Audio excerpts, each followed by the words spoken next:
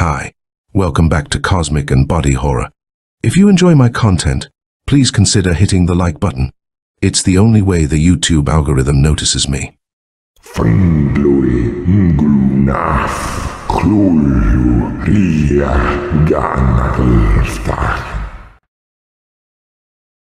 Charles John Thompson, March 1923 to February 1991, was a pulp writer who used the pen name C Hall Thompson. He published 4 stories in Weird Tales, including the Mythos stories Spawn of the Green Abyss and The Will of Claude Ashur. August Derleth intervened to keep Thompson from writing more Mythos stories, writing in a letter to Ramsey Campbell.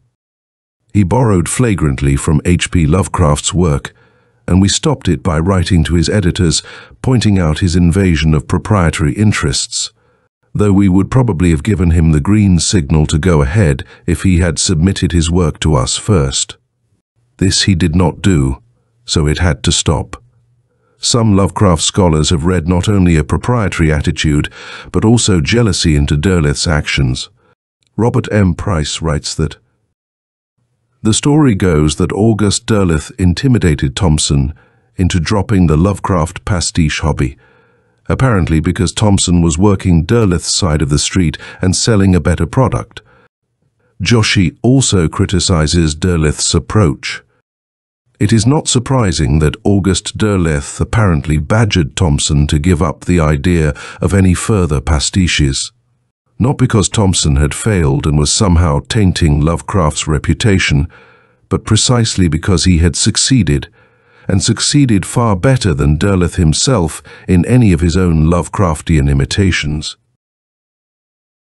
Spawn of the Green Abyss by C Hall Thompson. Weird Tales, November 1946. Chapter 1. I am not writing this to save my life. When I have set down, in the sanity of plain English, the strange story of Heath House, this manuscript will be sealed in an envelope, to be opened only after my execution. Perhaps then the accounts that have filled the papers during my imprisonment and trial will be more easily understood. Today, in his effective baritone, the attorney for the state told a mixed jury, "This man, Dr. James Arkwright, is the cold-blooded murderer of his wife Cassandra and her unborn child.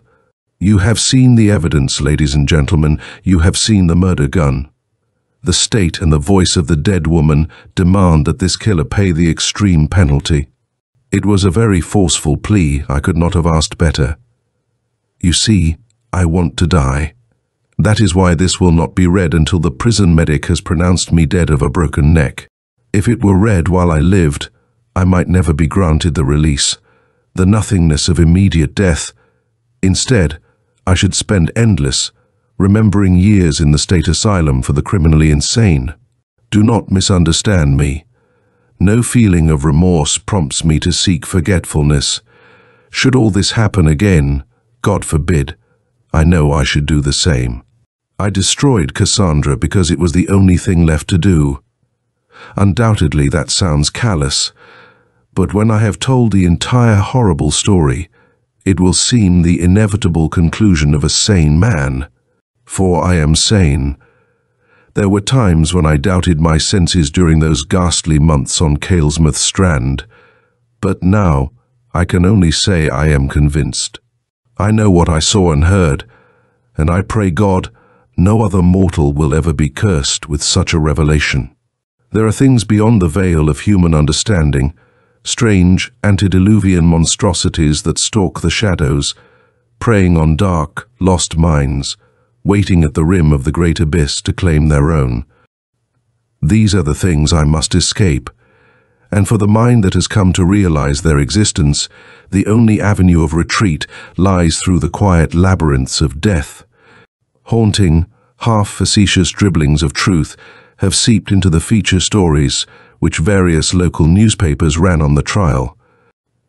The Kennicott Examiner mentions briefly the strange manner in which Lazarus Heath died. A precocious young reporter who visited ancient Heath House in Caelsmouth makes note of the nauseous effluvia that hung like a caul over. The staircase, leading to the chamber where I shot my wife, he mentions too a trail of dried sea brine which streaked the floor of the entrance hall, and the carpeting of that same stairway. Those were only thoughtless ripples on the loathsome, scummed surface of abominable truth. They did not touch upon the fluting, hypnotic music that echoed in those decadent halls. They did not dare to dream of the slobbering, gelatinous horror that seethed by night from sightless, watery depths to reclaim its own. These are the things of which only I may speak. The others who witnessed them are mercifully dead. In the night, lying on the hard stickiness of my prison cot, staring into soundless dark, I sometimes wonder whether I would have gone to Caelsmouth last fall, had I guessed at the horror that awaited me. All and all, I think I would. For at that time, I should have scoffed at such legends as haunted the antiquated village sprawled on a forlorn peninsula off New Jersey's northeastern coast. As a medical man and a mildly successful brain surgeon, I would have set them down to antique folklore whispered by wintry firesides, told in the ghostly tongue of superstitious nonagenarians. Then, too, there were brief moments with Cassandra that were worth any price I had to pay, and had I not gone to Caelsmouth, I should never have found her. As things were, I suspected nothing. During that summer, I had been exceptionally active, and, my profession being as exacting as it is, toward the end of September I began to feel the effects. The only answer to the problem of a surgeon's trembling fingers is a complete rest. I do not know what prompted my selection of Caelsmouth. It was not a resort. But, then, one did not want amusement. When I saw that advertisement of a cottage to let in the seclusion of a rocky-coasted seaboard town, it seemed ideal. From childhood I had loved the salt freshness of the Atlantic. Today, when I think of the greenish waves smashing at the beach, clutching it with watery fingers, I can never repress a shuddering chill. Caelsmouth is little more than a sprinkling of cottages with a single general store and a population in the low 50s. The small white houses are scattered along a narrow finger of sand and rockland that juts defiantly eastward into the sea. There is water on 3 sides and a single highway to the mainland. The people talk little to strangers, and one senses an aura of great antiquity in the solitary sun and sea-swept life they lead. I will not say I noticed any sign of evil in the secluded settlement, but there was an air of tremendous brooding age and loneliness about the homes and the people alike. The land itself seemed dry and barren, a forgotten relic of earlier, more fruitful days. But quiet and rest were what I needed after the strenuous turmoil of antiseptic-choked corridors and operating amphitheaters. Certainly no town could offer better chance for these than did Caelsmouth, redolent as it was of a Victorian era when life moved through leisurely hidden channels. My cottage was small but comfortable, and Ebelinda, taciturn, wind-dried proprietor of the general store, helped me lay in a good supply of staple foods. Long, salt-aired days were spent wandering the bleached stretch of a rocky shoreline, and in the evenings I turned to my collection of books. I saw few people and talked with fewer. Once or twice, when we chanced to meet at Linda's store, I spoke to Dr. Henry Joyce Ambler, Caelsmouth's only general practitioner. He was a florid, white-haired individual, full of shop talk of the sort I was trying to escape. I'm afraid I may have been rather rude to him, for in those first days I was still overwrought and in need of relaxation. Gradually, however, I drifted into a soft, thoughtful mood. I became more interested in my surroundings. I cannot be certain when it was that I first noticed the house. Looking back, I should say that somehow I must have been vaguely aware of it from the start. The main window of my small sitting room looked eastward to the aquamarine expanse of the Atlantic. Situated as it was, at the approximate center of the narrow peninsula of Caelsmouth, my cottage commanded a view of the long earth finger that pointed so boldly into the sea. Between me and the extreme point of land, A few stray cottages sprawled haphazardly, but there was no sign of habitation within a good half-mile of the land edge on which the house stood. The fact that it was a house set it apart in Caelsmouth. All the others were clapboard bungalows of only one story. In the sea-misted evenings, I was wont to sit for hours by my eastward casement, staring at the vast grey bulk of it. It was like something from another aeon, a tottering, decayed remnant of the nighted past, massive and rambling, with countless gables and cupolas, its small-paned, murky windows winking balefully at the setting sun. Set as it was on the extreme lip of the land, it seemed somehow more of the cloying sea than of solid soil.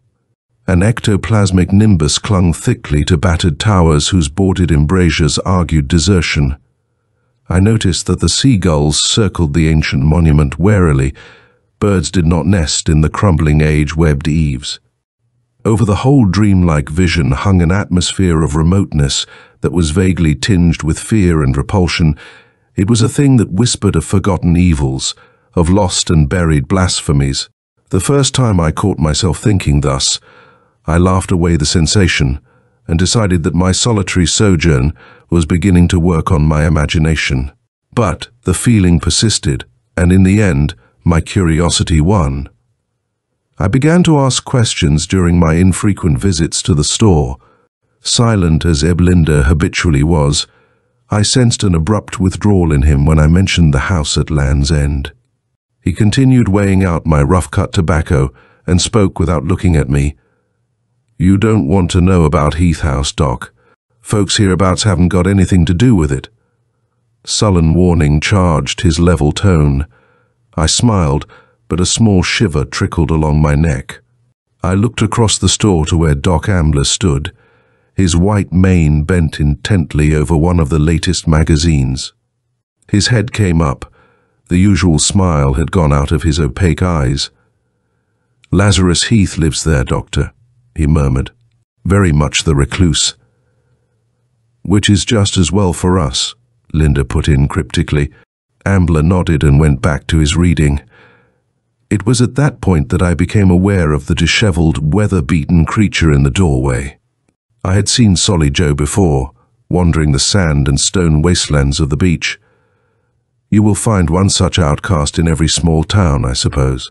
A slow-witted, distorted brute with matted blonde-grey hair, he combed the shores night and day, ambling aimlessly from spot to spot, sleeping in the lee of some jutting rock. He ate where and as he found food. Always before, the sad baby blue eyes turned on me had held a vacant stare, but now, as Linda gave him his daily free bottle of milk, Solly Joe was gazing at me with something like sharp understanding in his phlegmatic face. We did not speak further of Heath House, but when I left the store, Solly Joe slowly followed. He caught up with me and shuffled at my side, smiling vaguely for a time before he spoke. "You were talking about Heath House, weren't you, Doc?" I nodded. Solly Joe chuckled softly. "I know why you were asking about it," he said with a knowing leer. "Only you shouldn't have.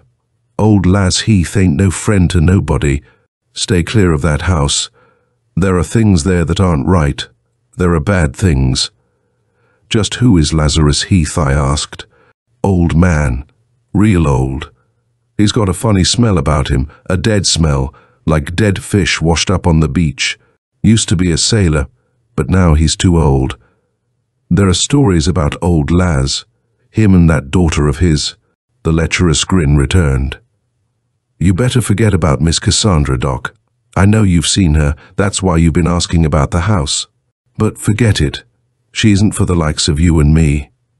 Solly Joe shook his head slowly and chuckled sadly. "No, sir. She's too much like her old man. Stays away from folks, like him. They live out there alone. And like I say, there are things in Heath House. There's a bad stink, like old Laz has. Nearly 20 years ago, Laz was in a shipwreck. Lost for almost 2 years, then a tramp steamer found him on an island. He had this little baby girl with him, said she was his daughter, said his wife died in the wreck. only nobody was ever able to find any passenger list for a Mrs. Laz Heath. Then, Laz came back here and bought that old place. Even before he came, there was talk about bad things in that house. People still talk, only now they whisper, because Laz might hear. Take my word, Doc, you steer clear of pretty Cassandra. She wasn't meant for men like us. I can still remember Solly Joe's simian shadow shuffling off along the craggy, moon-washed strand, voracious tongues of the nighted tide lapping at his battered white sneakers. If I had not heard of Cassandra Heath before, now that I had, my interest was made the more intense by the drone of the beachcomber's eerie warning still humming in my ears. I chuckled, telling myself it was probably utter nonsense, the maundering phantasms of Solly Joe's lonely, warped mind. But my laughter echoed back from a brooding, watery wasteland. I recalled the solemn reticence of intelligent, educated Dr. Ambler, the wordless warning of Ebelinda. Despite such memories, I could not get Cassandra Heath off my mind. I promised myself that I would meet her and this legendary father of hers. It seemed easy enough on the face of it. I could pay them a visit, saying I was a new neighbor. Yet, more than once during the ensuing days, I tried to do just that and failed. Roving the desiccated peninsula on a sunny forenoon, I would set out resolutely toward the misty hulk of Heath House, but I could never bring myself to go all the way. The straggling, mossy embattlements seemed too much a part of another world. Looking at the house, you got the notion that you could keep walking toward it, yet never reach the crumbling patio, never pass through the ancient, carved door. It is probable that I should never have met Cassandra Heath, hadn't she come to me. Chapter 2. Early in October, an Indian summer storm washed in from the Atlantic. The day had been long and dreary, overhung with humid fog, and, in the late evening, vicious torrents swept inland under a fanfare of thunder. Through streaming casements I could barely discern the gigantic shell of Heath House, looming defiantly above the lashing fury of a hungry sea. I made a log fire and settled into an easy chair. The subdued soughing of the storm combined with a rather dull analysis of Sigmund Freud must have lulled me into a doze. There was a sensation of spinning lostness. My mind ricocheted through the dark well of the rain-whipped night. There was a coldness brushing my face. A nauseous damp clung to my ankles, quelling the roseate warmth of the fireside. Something clicked sharply, and I opened my eyes. I thought I was still dreaming. The girl stood leaning against the door she had just closed. Dying embers cast a phantasmagoria of lights and shadows on her face and hair. She was slim and well-made, ebony hair flowing to her shoulders, gave one a feeling of rich warmth. It matched the steady blackness of extraordinary eyes that protruded ever so slightly. Her skin was deeply tanned, a faint flush in her cheeks, and breath coming in quick whispers through full lips seemed to indicate a rather hurried trip. I wondered vaguely at her being quite dry until I realized that the storm had died with the evening. A moment passed, silent, save for the faint dripping of water from the eaves as the dark eyes met mine. "Dr. Arkwright." The voice, cultured and controlled, like the throaty melody of a cello well played, heightened my illusion of a dream. I rose awkwardly and my book slid to the floor. The girl smiled. I'm afraid I must have dozed.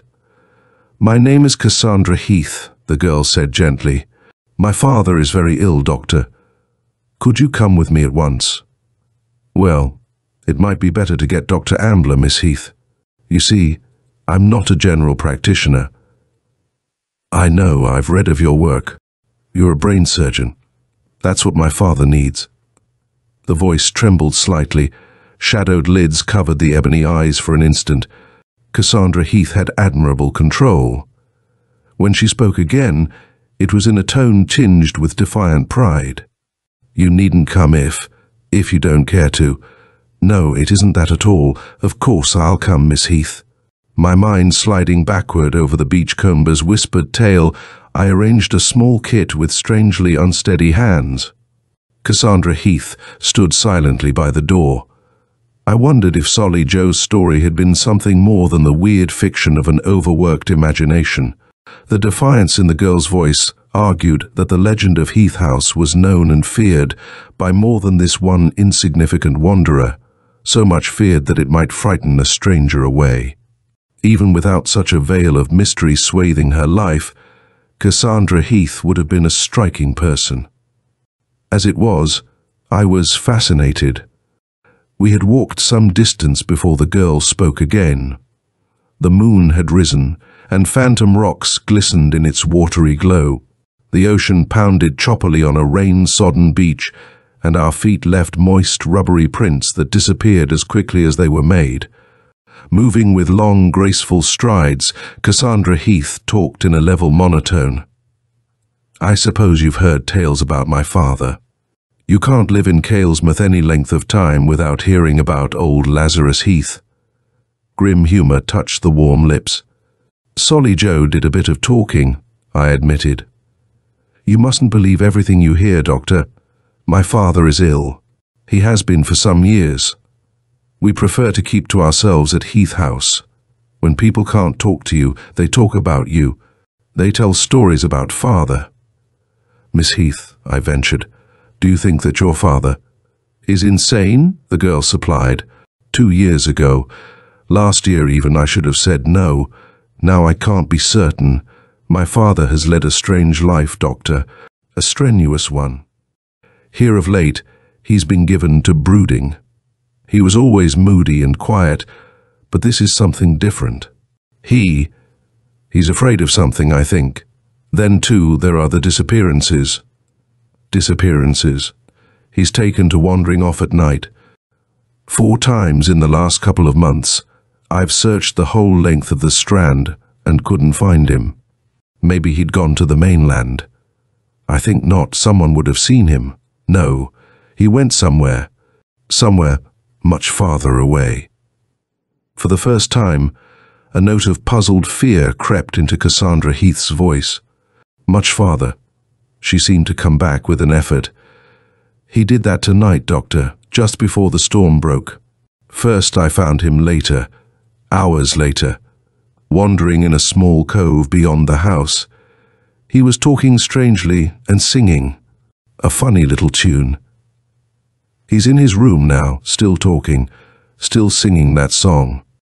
Onyx eyes flashed up to meet mine.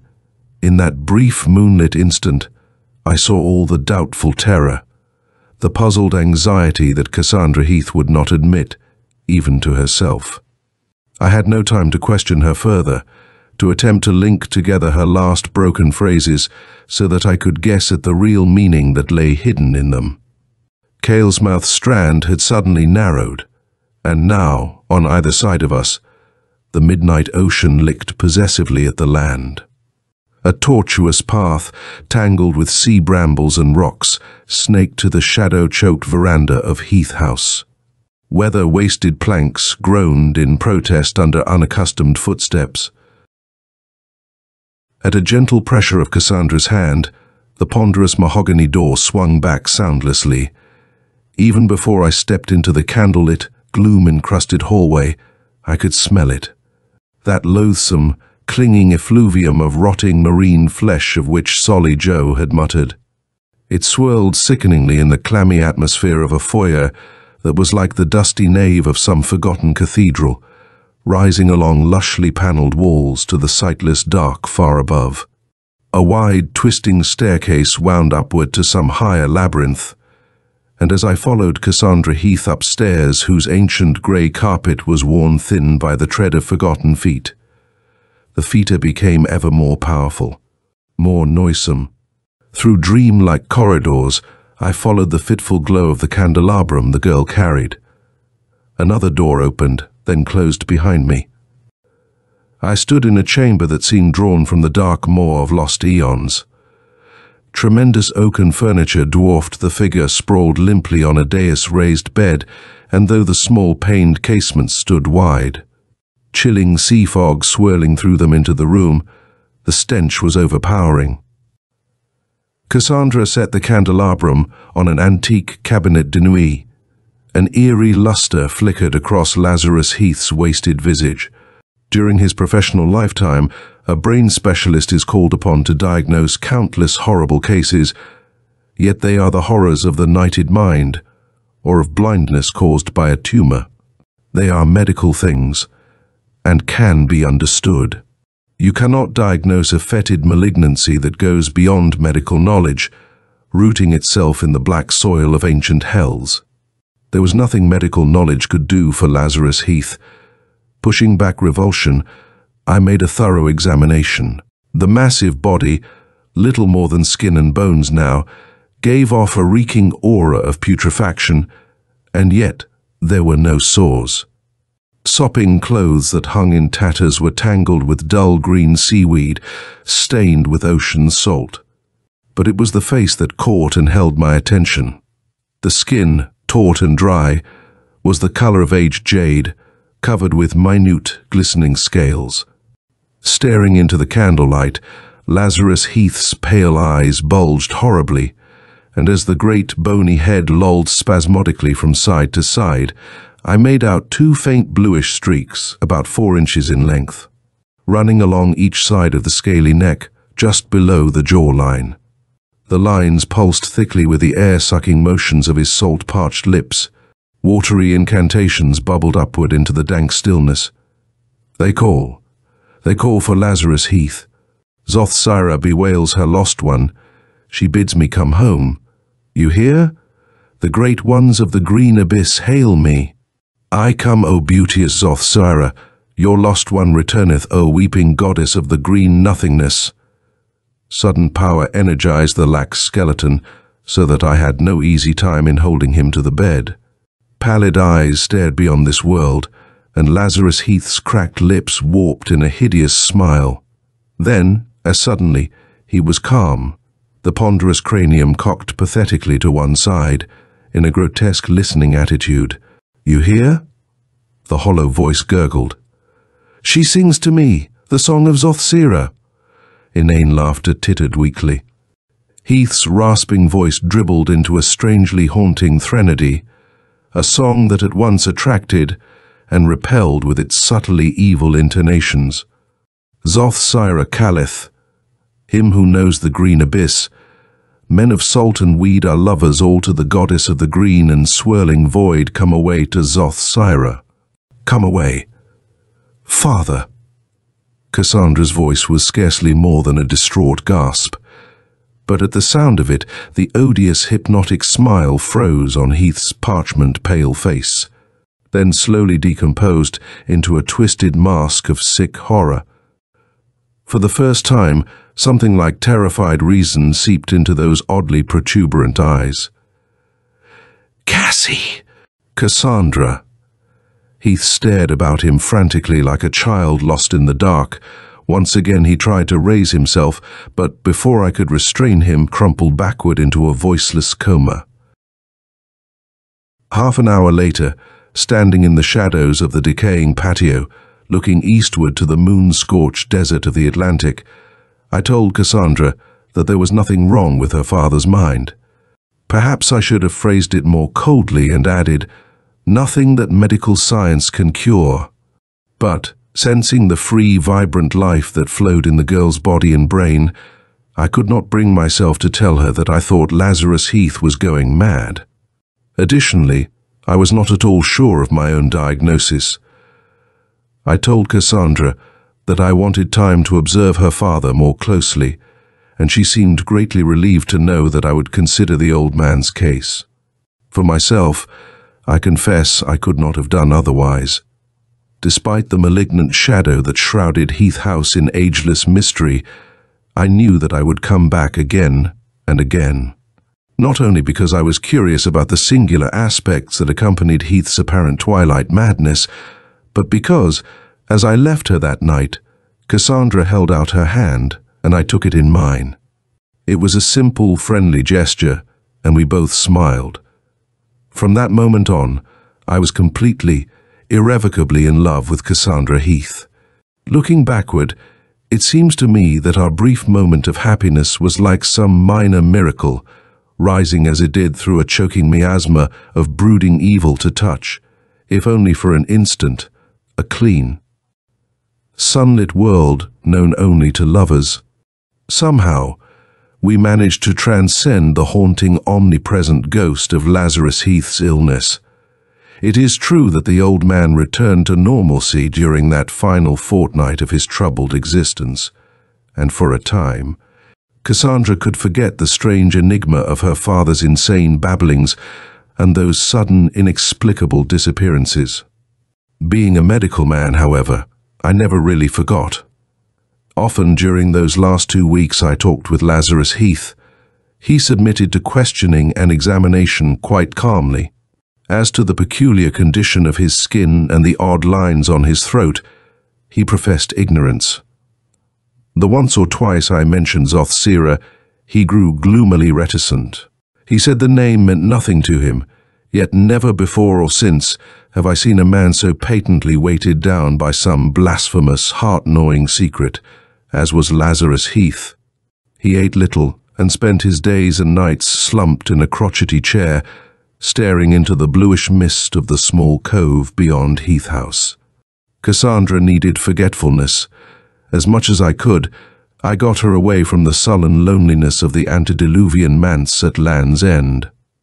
With the passage of days, she relaxed and became her charming self, a side of her nature to which, I think, even she might have been a stranger. For the foul legends that trailed after Lazarus Heath had cut his daughter off from companionship, and the clear, untarnished joys of the extrovert. We spent the long, sunny days together on the beach. Cassandra was like an imprisoned nymph suddenly set free.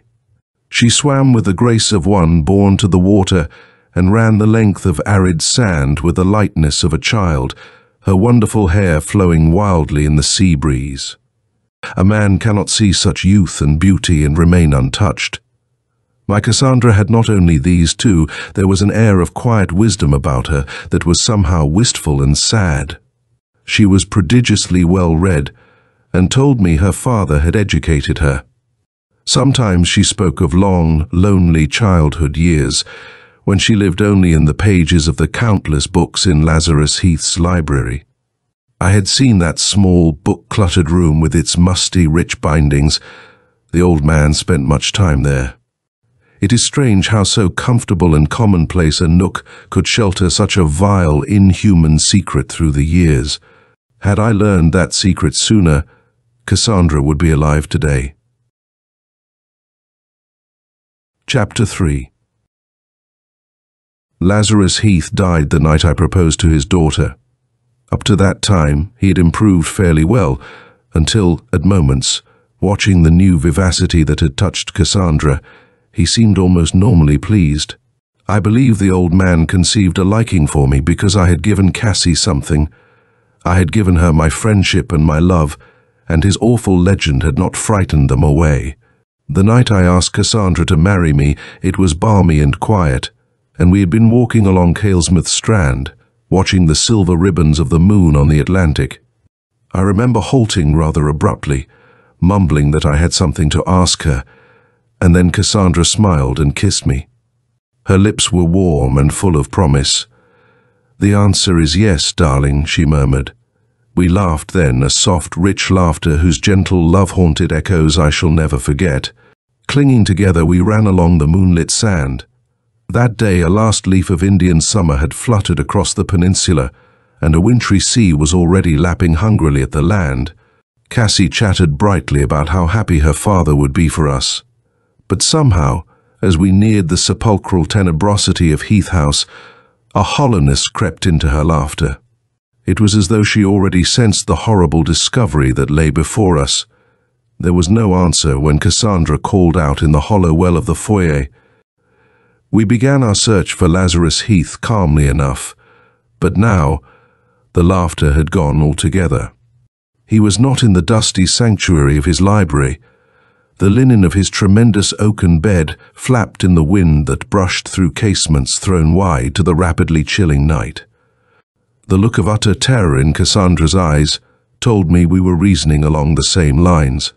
It did not take long to reach the strange little cove in the shadow of Heath House.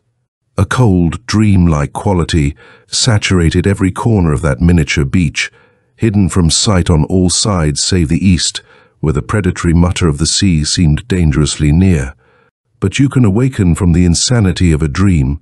There was no such escape from the terrible reality of that night. At the center of the cove, edging into the water, stood 4 weirdly hewn pillars, placed so that each made the corner of a crude square.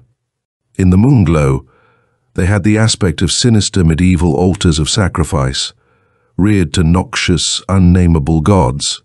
Sprawled at the center of the evil square, face down in a foot of lapping seawater, lay the lifeless body of Lazarus Heath. I cannot rightly remember how I got the brine-tangled corpse into the house. There is a searing picture of Cassandra's face, frozen with sick grief, and another of myself, alone in that fetid bedchamber, performing an autopsy, listening to Cassie's distant, pitiful sobs the whole time. That night, I got down on my knees and prayed to God that the things I had discovered could not be so. Yet, I had seen with my own eyes the increased scaliness of Heath's face, the horrible enlargement of his eyes. I knew that my first guess had been wrong. Lazarus Heath had not drowned, for those hellish lines on his throat had become long, oozing slits, like nothing but the slobbering gills of a tremendous fish. I had a sick feeling that Heath's weird mumblings might not have been the gibberish of a madman, but the delirium of one who had learned things no mortal was ever meant to know. We buried him in a sealed pine casket. If the morticians from the mainland noted the strange condition of the corpse, they gave no sign. With them, it was business. Death had myriad forms, each as cold and unquestionable as the last.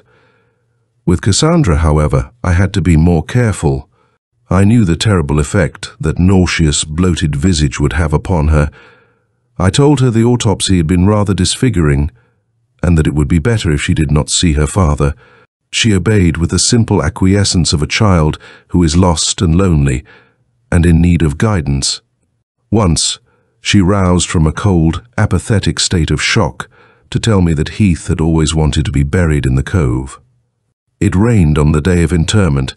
Icy needles pelted forlornly on the unpainted wood, as 2 uneasy Negroes lowered Lazarus Heath to his final rest. A timid mainland pastor intoned the Lord's Prayer in a sad, squeaky voice. That night, there was nothing but the rain and the horrible stillness of forsaken Heath House. Sparse flowers wilted on the fresh clay mound in the cove. A clammy tide fingered slowly in, lapping at the edge of Lazarus Heath's grave.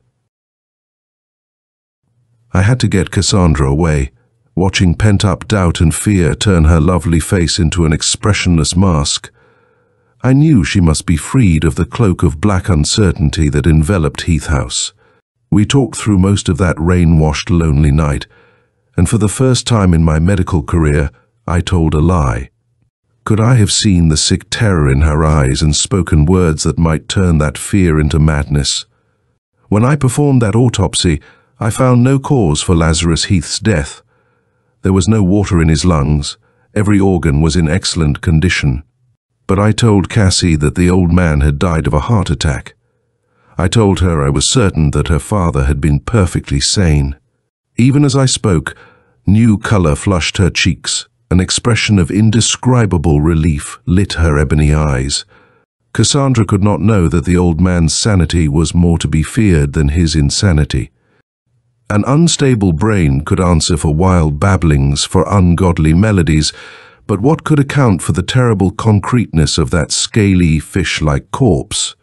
Rack my brain as I did, I could find no explanation in the accepted medical sense, and I dared not go beyond that, into the malevolent lore of forgotten ages, to discover what blasphemous horror had destroyed Lazarus Heath. I preferred to try to forget, to go on with Cassandra, covering this nightmare with endless moments of normal, happy living. Many times during the next few months, I thought I had succeeded. A week after the solitary funeral on Caelsmouth Strand, Cassie and I were married by a pleasant, apoplectic justice of the peace. We had our wedding supper in the quiet luxury of one of the better hotels, and for the first time since her father's death, Cassandra smiled. The city proved to be good for her. Deliberately, I made those early days a scintillating round of gaiety. I introduced Cassie to the bright lights and the brassy, arrogant joys of city life. We were exquisitely happy. Her laughter was a wonderful, warm pool of summer sun, swirling briefly in that winter city, and then suddenly freezing over. I cannot recall just when I first noticed the difference in Cassandra. Perhaps I had been too happy myself to realize what was happening to her. The breezy tinsel of the city had sparkled very brightly for Cassie, but it had burned itself out in the effort. After a time, it lost its fascination. In the beginning, I tried to tell myself that I was imagining things, but gradually, I felt the happy freedom slipping away from us. Cassandra's smiles grew scarcer by the day. There was an infinitely sad, faraway look that kept stealing into her eyes at the most unexpected moments. I began to imagine that she had grown pale. I watched her more closely than ever. An end of it came one evening late in August. I found Cassandra alone on the night-cooled terrace of our apartment, staring eastward across the summer-choked city. When I touched her shoulders, she gave a little start, then smiled sadly. "Can you smell it, darling?" she murmured wistfully after a moment. "What?" "The sea." In that moment, I think I had a sudden vision of the scabrous, puffed face I had fought desperately to forget, and floating evilly in the night air. I sensed a wisp of the decayed effluvia of Heath House. I struggled to keep my voice steady. "What are you getting at, Cassie?" Cassandra smiled again. "Can't fool my doctor, can I?" Her voice was soft. "Darling, would you mind terribly if we went back to Caelsmouth, to the Heath House?" Strangely enough, all I felt for an instant was a sensation of relief. I had been waiting for that question all along. I was almost glad the waiting was over. I took Cassandra into my arms and kissed the tip of her nose. I wanted to sound careless and bright. I told her that if she really wanted to go back, there was nothing I would like better. Cassie smiled, nestling her head against my shoulder. As we stood there, looking into the darkness above the winking lights of the buildings, a cold shudder ran through me. I wanted to say it was wrong we couldn't go back. I said nothing.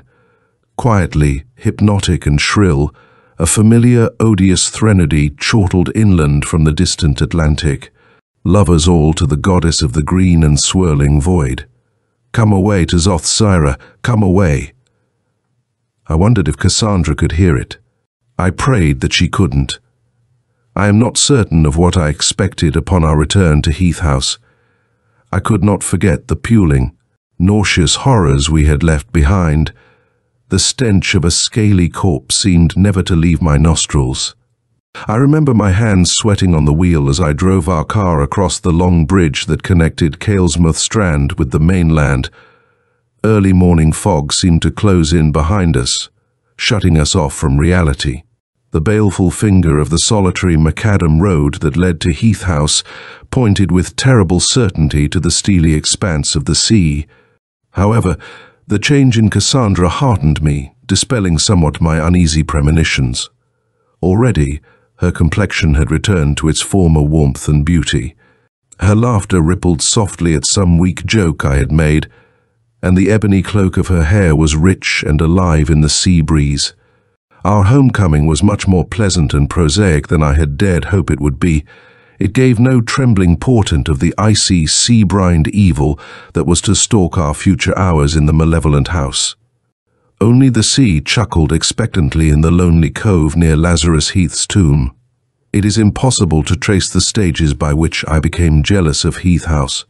There was something subtle and cruel about the change that overtook me after the first days and nights on the barren point of land that meant so much to Cassandra. At the start, I managed to convince myself that I was happy. Happy because Cassie seemed to be so for the first time in months.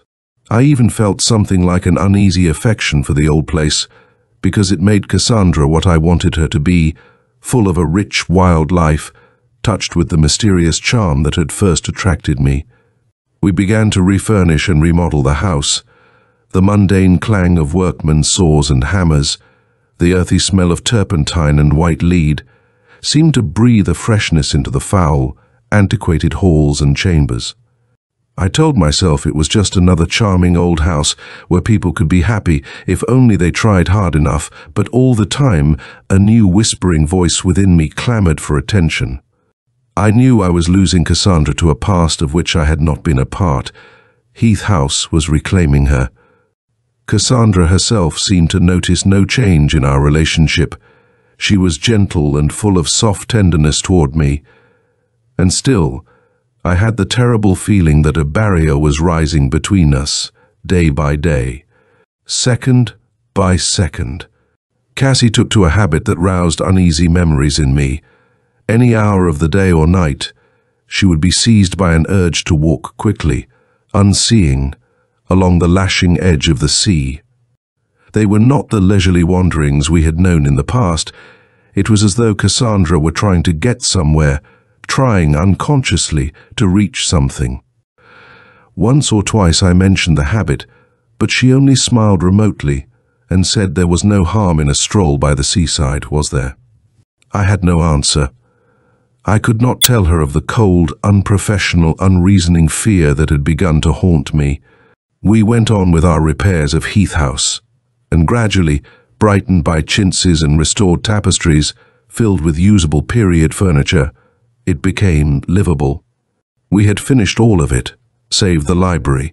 It was our plan to make this into a study, in which I might work on the book I planned to write on brain surgery. We never remodeled the library. I saw the inside of that abhorred chamber only once after the night Cassandra locked the panel door and made me promise not to ask for the key. I wish I had never seen it at all. That evening, a bulwark of leaden clouds swung ponderously inland from the sea. A chilled late October wind sifted beneath the imminent storm, swirling the sand in tiny puffs along Kalesmouth Beach. By the tang of salt in the air and the reticent anger of the surf, the northeast was going to blow us a big one. I quickened my pace. Walking home from the store, a dearth of incident had lulled me into uncertain forgetfulness, and at that moment, I was almost pleased with the prospect of the evening ahead of me. Early in the afternoon, I had told Cassie tonight might be as good a time as any to go over the library, gleaning the useless chaff from the hit-and-miss collection that had been her father's. Now, with a storm brewing, the idea of going through the books and effects of my mysterious father-in-law fascinated me. The biting wind and glowering ceiling of sky seemed to me a final atmospheric touch. I wondered if the spell of Heath House had begun to claim me as well. The moment I saw her, I knew that something had gone wrong. There was a strange, jade-like pallor under Cassandra's skin, and her eyes wouldn't meet mine. Once or twice during our quiet dinner she laughed, but the laughter echoed hollowly. Thunder had begun to shudder malignantly far out at sea. A finger of lightning shattered the darkness, and our storage battery lights pulsed anxiously. I saw Cassandra start and tip over her wine glass. The port spread like an oozing bloodstain on the Madeira linen. I looked at my plate, pretending not to notice her extraordinary nervousness. "I've been looking forward to tonight," I said. "Looking forward, darling." That false, brittle smile was in Cassandra's voice. "Yes, I've always wanted to go through those fabulous books." The clatter of metal against china brought me about with a start. Cassie had dropped her fork from fingers that seemed suddenly paralyzed. She stared at me with unseeing eyes, and one slim hand raised in a futile gesture of protest. Her colorless lips trembled. "No, you mustn't."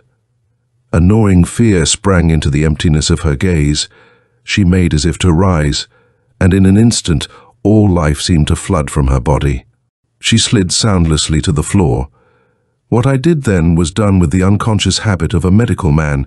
Training overshadowed the sick, watery weakness of my legs. Somehow, I got Cassandra to our bedchamber on the second floor. Her exquisite face had a whiteness that whispered of death, but breath came in uneasy, whimpering shudders. I chafed her wrists, an agony of doubt whirling in my brain. Thunder slithered across the sky, crashing insanely over Heath House. The storm broke. Dark eyes were suddenly wide in Cassie's pale face. Her hand clutched mine so violently that her nails bit into the flesh. "You can't go in there. Nobody can go in there, ever again. You hear? Nobody, ever again. It's all right, darling. Try to relax. Tell me what's frightened you." Her head shook dully. "I can't. I can never tell you. You've got to trust me. You can't ever go into that room. Don't ever try. I've locked the door. You mustn't ask me for the key. Please, promise me you won't. Please." Chapter 4. I promised. I heard myself saying the words over and over in a thick monotone. They seemed not to reach her. Her lips hung loosely, fear twisting the beauty from her face, leaving nothing but unreasoning hysteria. She went on pleading, unable to hear my reassurances. The sedative I gave her was not a weak one. My hands shook as I prepared it. I had to work in the dark. Our storage batteries had given out. There was nothing but pitch blackness and the babbling fury of the elements, chewing at Heath House mercilessly. Perhaps it was only my nerves, but once I could have sworn that in the pulsing gloom, an overpowering stench, an effluvium that was almost tangible, brushed against me. At length, Cassandra's whimpering died away. She sank into a deep, fitful sleep. Lightning crashed with maniacal brightness into the room. For an instant, it washed Cassie's face and throat. There was a delicate, gold-dipped chain around her neck. On it she had strung the key to the library. You cannot always reason your actions. That night I could have stolen the key. I could have gone down the hall through the darkness, and into the damnable chamber that held a secret ungodly enough to press my wife to the brink of madness. If I had, things might have worked out differently. Maybe I was a coward, afraid of the antediluvian horror that awaited me beyond the massive carven door. Maybe I did not want to know the truth. I told myself I had made a promise to Cassandra. I left the key where it was and stumbled downstairs in the Stygian blackness. Screeching banshees of rain begged entrance at the streaming casements. A fire burned fitfully in the sitting-room grate. I found a decanter of rum in the cabinet by the window. I do not remember how long I paced the floor, torturing myself with doubt and fear, trying to believe that Cassie was sane, wondering what puling monstrosity lay hidden in Lazarus Heath's bookroom. I sank into an armchair and swallowed another mouthful of rum. The storm seemed to have drawn far away from me. The rum bottle tinkled against the glass as I poured. I drank. I lay my head back. Lightning pulsed through my optic nerves, but sound was only a blurred, pungent, rum-soaked whirlpool. Then there was only darkness. I slept. It was the dull, angry thumping that woke me. Consciousness seeped through the ragged slit it made in the forgetfulness of sleep. I got unsteadily to my feet and stood in the center of the room until the whirling darkness righted itself. Something new had sifted into the room. The fire still sputtered doggedly, and yet there was a dampness it could not dispel.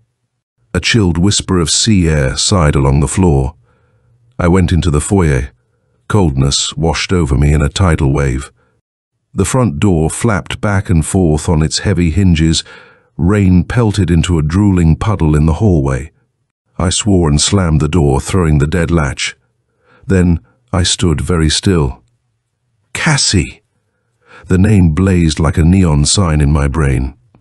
I think I knew in that moment that she was gone. The search was something careening from a dream gone mad, a terrifying nightmare in which the geometry had gone all wrong. I wanted to scream or cry, but dry fear clamped my throat. Everything twisted crazily in my head, Cassie's empty bed, the heart-like drumming of the open front door, myself stumbling through the brutal onslaught of a northeaster, calling her name again and again, finally reaching E. Blinder's place and getting half the people of the Strand out of their beds to wander the hellish night in. Search of Cassandra. It must have gone on for hours, I cannot remember, except in vague snatches. There was a stolid, grey-faced fisherman who muttered something about the sea claiming its own. At dreamlike intervals, Solly Joe wandered in and out of the rain. Eb Linda's sister made coffee for me and got me to change my drenched clothes. She kept telling me it would be all right. The men, with Dr. Ambler leading them, had been over every inch of the Strand and found nothing. Miss Linda kept right on saying it would work out all right. At 3:30, a kid came in, dripping with rain. He said they'd found Cassandra in the cove behind Heath House. She wasn't dead. When I reached the house, Ambler had her in bed, covered with numberless blankets. Her clothes lay in a sopping lump on the floor. Ambler poured me a drink, and I think I cried. He waited until I had got it out of my system. I kept watching to see if Cassie was breathing. She looked pale and dead. I can't figure it, Ambler said quietly after a while. We went over that cove so many times I'd swear it was impossible for anything or anyone to be there. Then Linda came across her, lying at the water's edge, on her father's grave. She was all matted with seaweed. He stared at me. The numbing horror that froze my insides must have shown in my eyes. What's the matter, man? Seaweed, I choked. I didn't hear any more of what he said. I went to the bed and looked at Cassandra closely for the first time. Her skin shone faintly in the uncertain substitute of candlelight, as though it were covered with flaky gossamer scales. On either side of her throat, I made out two pale bluish streaks. My head spun. I felt as if I were going to be sick. Rising insidiously from the mucky pile of clothing on the floor, a vile, decadent stench flooded the chamber. From a tremendous distance, a voice whispered gently, "I come, O Yothkala. Your bride has heard your call. Through night and storm, I come." The voice was Cassandra's. "It's nothing to worry about, man," Ambler was saying kindly. "Just a case of exposure. She'll be all right." "Yes," I nodded dully. "She'll be all right." The last hope of happiness drained from me, I felt weak and lost in a plummeting void of unspeakable horror. There were times, in the days that followed, when I had the sensation of living in an alien, frightening world, a world in which lay hidden the blasphemous secrets of death and the grave, a world that sang with the strange, blood-craving incantations of lost and murderous cults. There was nothing human in the terror that held me prisoner. You can fight evil if it is concrete. This was something that could not be touched or seen, yet always seemed at my heels, its stinking. Flesh-rotting breath burning against my neck. I hid my doubts from Cassandra, trying to be cheerful. She convalesced slowly under Ambler's care. For days at a time, she would seem to be herself. She would smile and talk of how it would be when she was well again. And then, abruptly, her mood would swerve into one of black secrecy that made her eyes blank and hostile. She whimpered in her sleep and took to humming the weird threnody that had been Lazarus Heath's swan song. More and more, the feeling that I had lost her possessed me. Gradually, her body grew strong again. She was able to be up and about, to wander the Strand on sunny days, her face silent and secretive, her eyes shutting me out when I tried to reach her. A sick, uneasy spell pervaded Heath House. Cassandra began to be nervous whenever I was near her. She resented my intrusion on her solitary walks. It was as though she looked upon me as a jailer, and Heath House as a prison from which she must somehow escape. She spoke coldly and shuddered when I touched her. But, at rare moments, some of her old gentleness would return. You could see puzzlement and fear in her face. She would touch my hand and kiss me. She would tell me I was wonderfully kind. For an instant, we were together again, and then, without warning, the barrier chilled between us. Cassandra drew away. The fear and bewilderment froze into what could only be suspicion and loathing. Winter crept inland on icy cat's paws. Brittle tendrils of frosted air swung sharply along the peninsula. Even the afternoon sun had withdrawn behind a caul of December chill. The Atlantic whipped with predatory regularity at the deserted sands, scant yards from Heath House. I tried to work on my book, but it was no good. The severe cold had made it necessary for Cassandra to remain indoors. She paced the endless labyrinthian halls with the cold patience of a caged jaguar. She talked little, and spent most of her time seated before the ceiling-high casement that looked eastward to the undulating iron casket of the ocean. At times she made a feeble pretense of reading, but always her eyes sought that melancholy wasteland, as if she expected to see something or someone. My head ached constantly, the tempestuous evil problem of Cassie throbbing at my temples with hellish persistence. Once I spoke to Ambler about her moods. He talked of complexes and Freud. It was reassuring to listen to his calm, reasoning approach to the subject, but even as he spoke, I knew there was something torturing Cassie that no psychoanalyst could hope to explain. She was possessed by an entity whose subtle, odious influence was stronger than any fantastic twist of the mind. Time and again, I paced before the forbidding oaken library door, trying to find the courage to break my promise to Cassandra. Once she caught me there. She did not speak, but only stared at me with a hatred so intense that it was frightening. After that, it seemed to me she was doubly watchful of the brass key that hung on the fragile web of her necklace. Her silent hostility spread itself like an undulant pool through the brittle newness of Heath House. It wiped away everything we had tried to make of the place, and left it as it had been before. A clammy, sickening shell of the past, a past that wanted no part of the present, that would brook no intrusion of light or hope. Cassandra was a creature of that past. Dr. Ambler continued to make routine monthly calls. To all outward appearances, Cassandra was no longer ill, yet a certain unhealthy pallor of skin persisted. At moments, when she was without make-up, the faintly luminous prominence of delicate scales terrorized me. If she noticed them, Cassandra said nothing. The long, discolored streaks on her throat had become barely discernible, but I could not keep my eyes from them. Ambler made no comment on these noxious oddities. He went his earthy country doctor's way. I think he never had the slightest inkling of the true horror that engulfed the house he visited so regularly. Certainly, he had no notion of the evil that lay hidden in the news he told me that evening late in December. The day hadn't been at all good.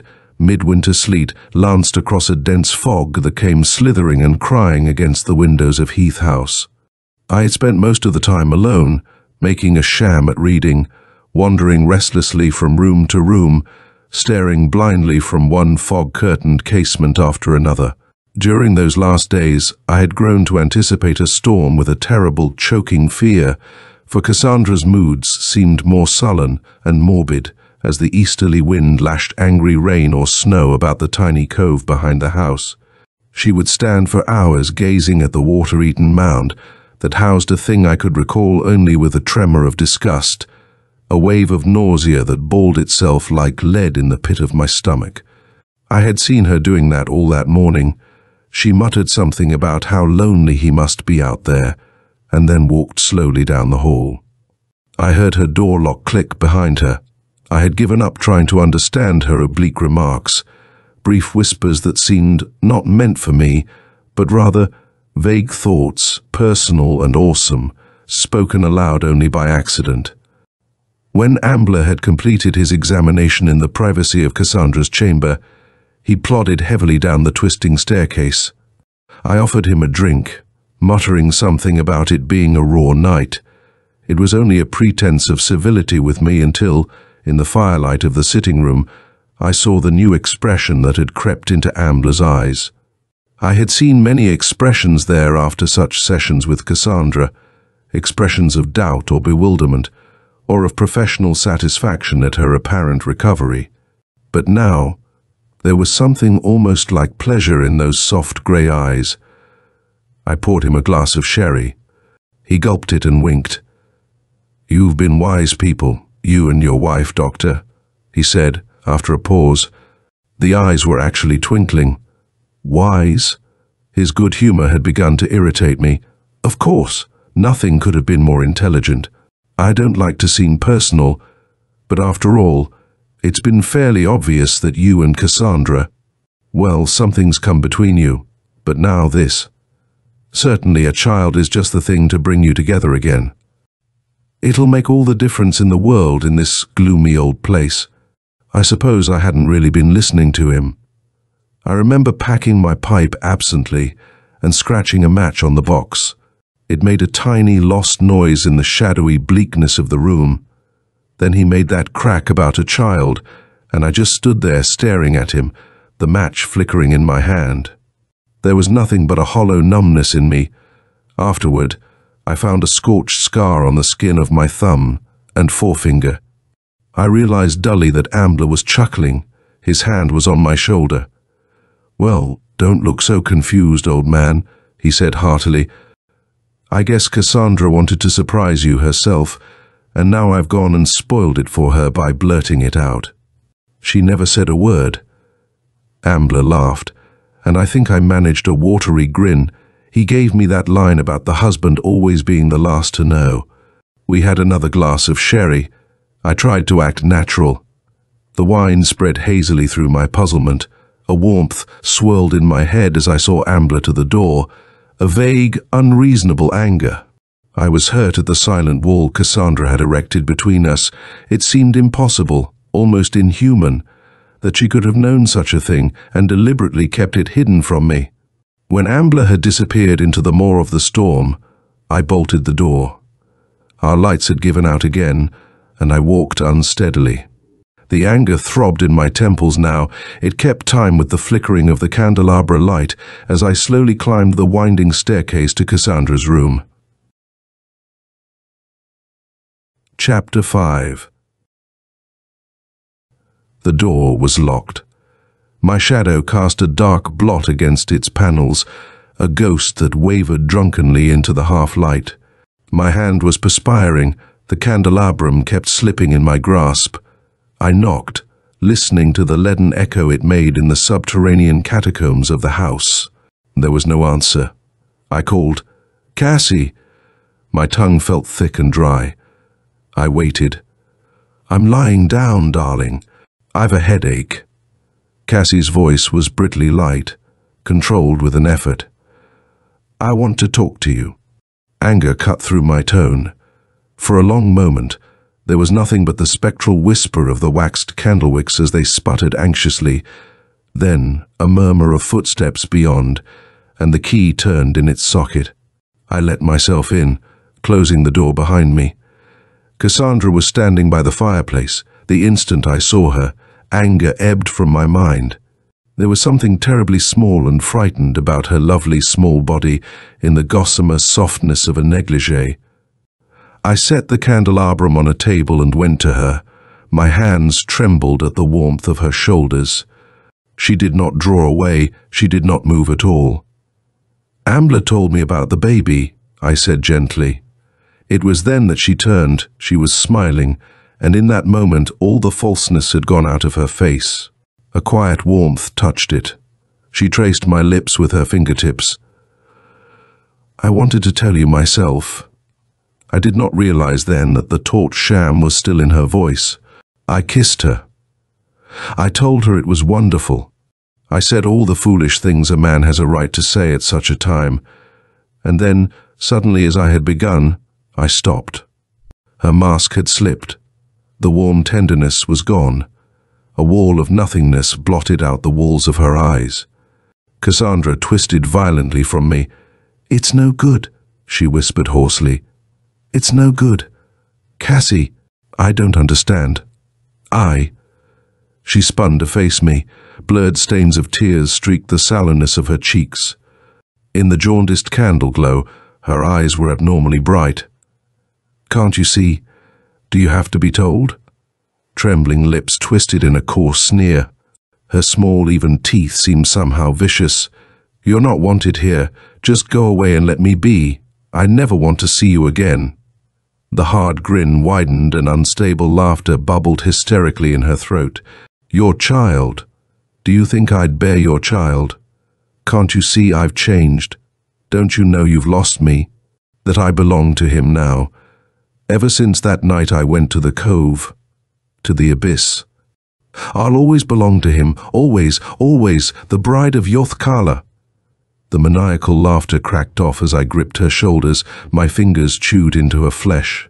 I could feel her breath against my face, hot and sobbing.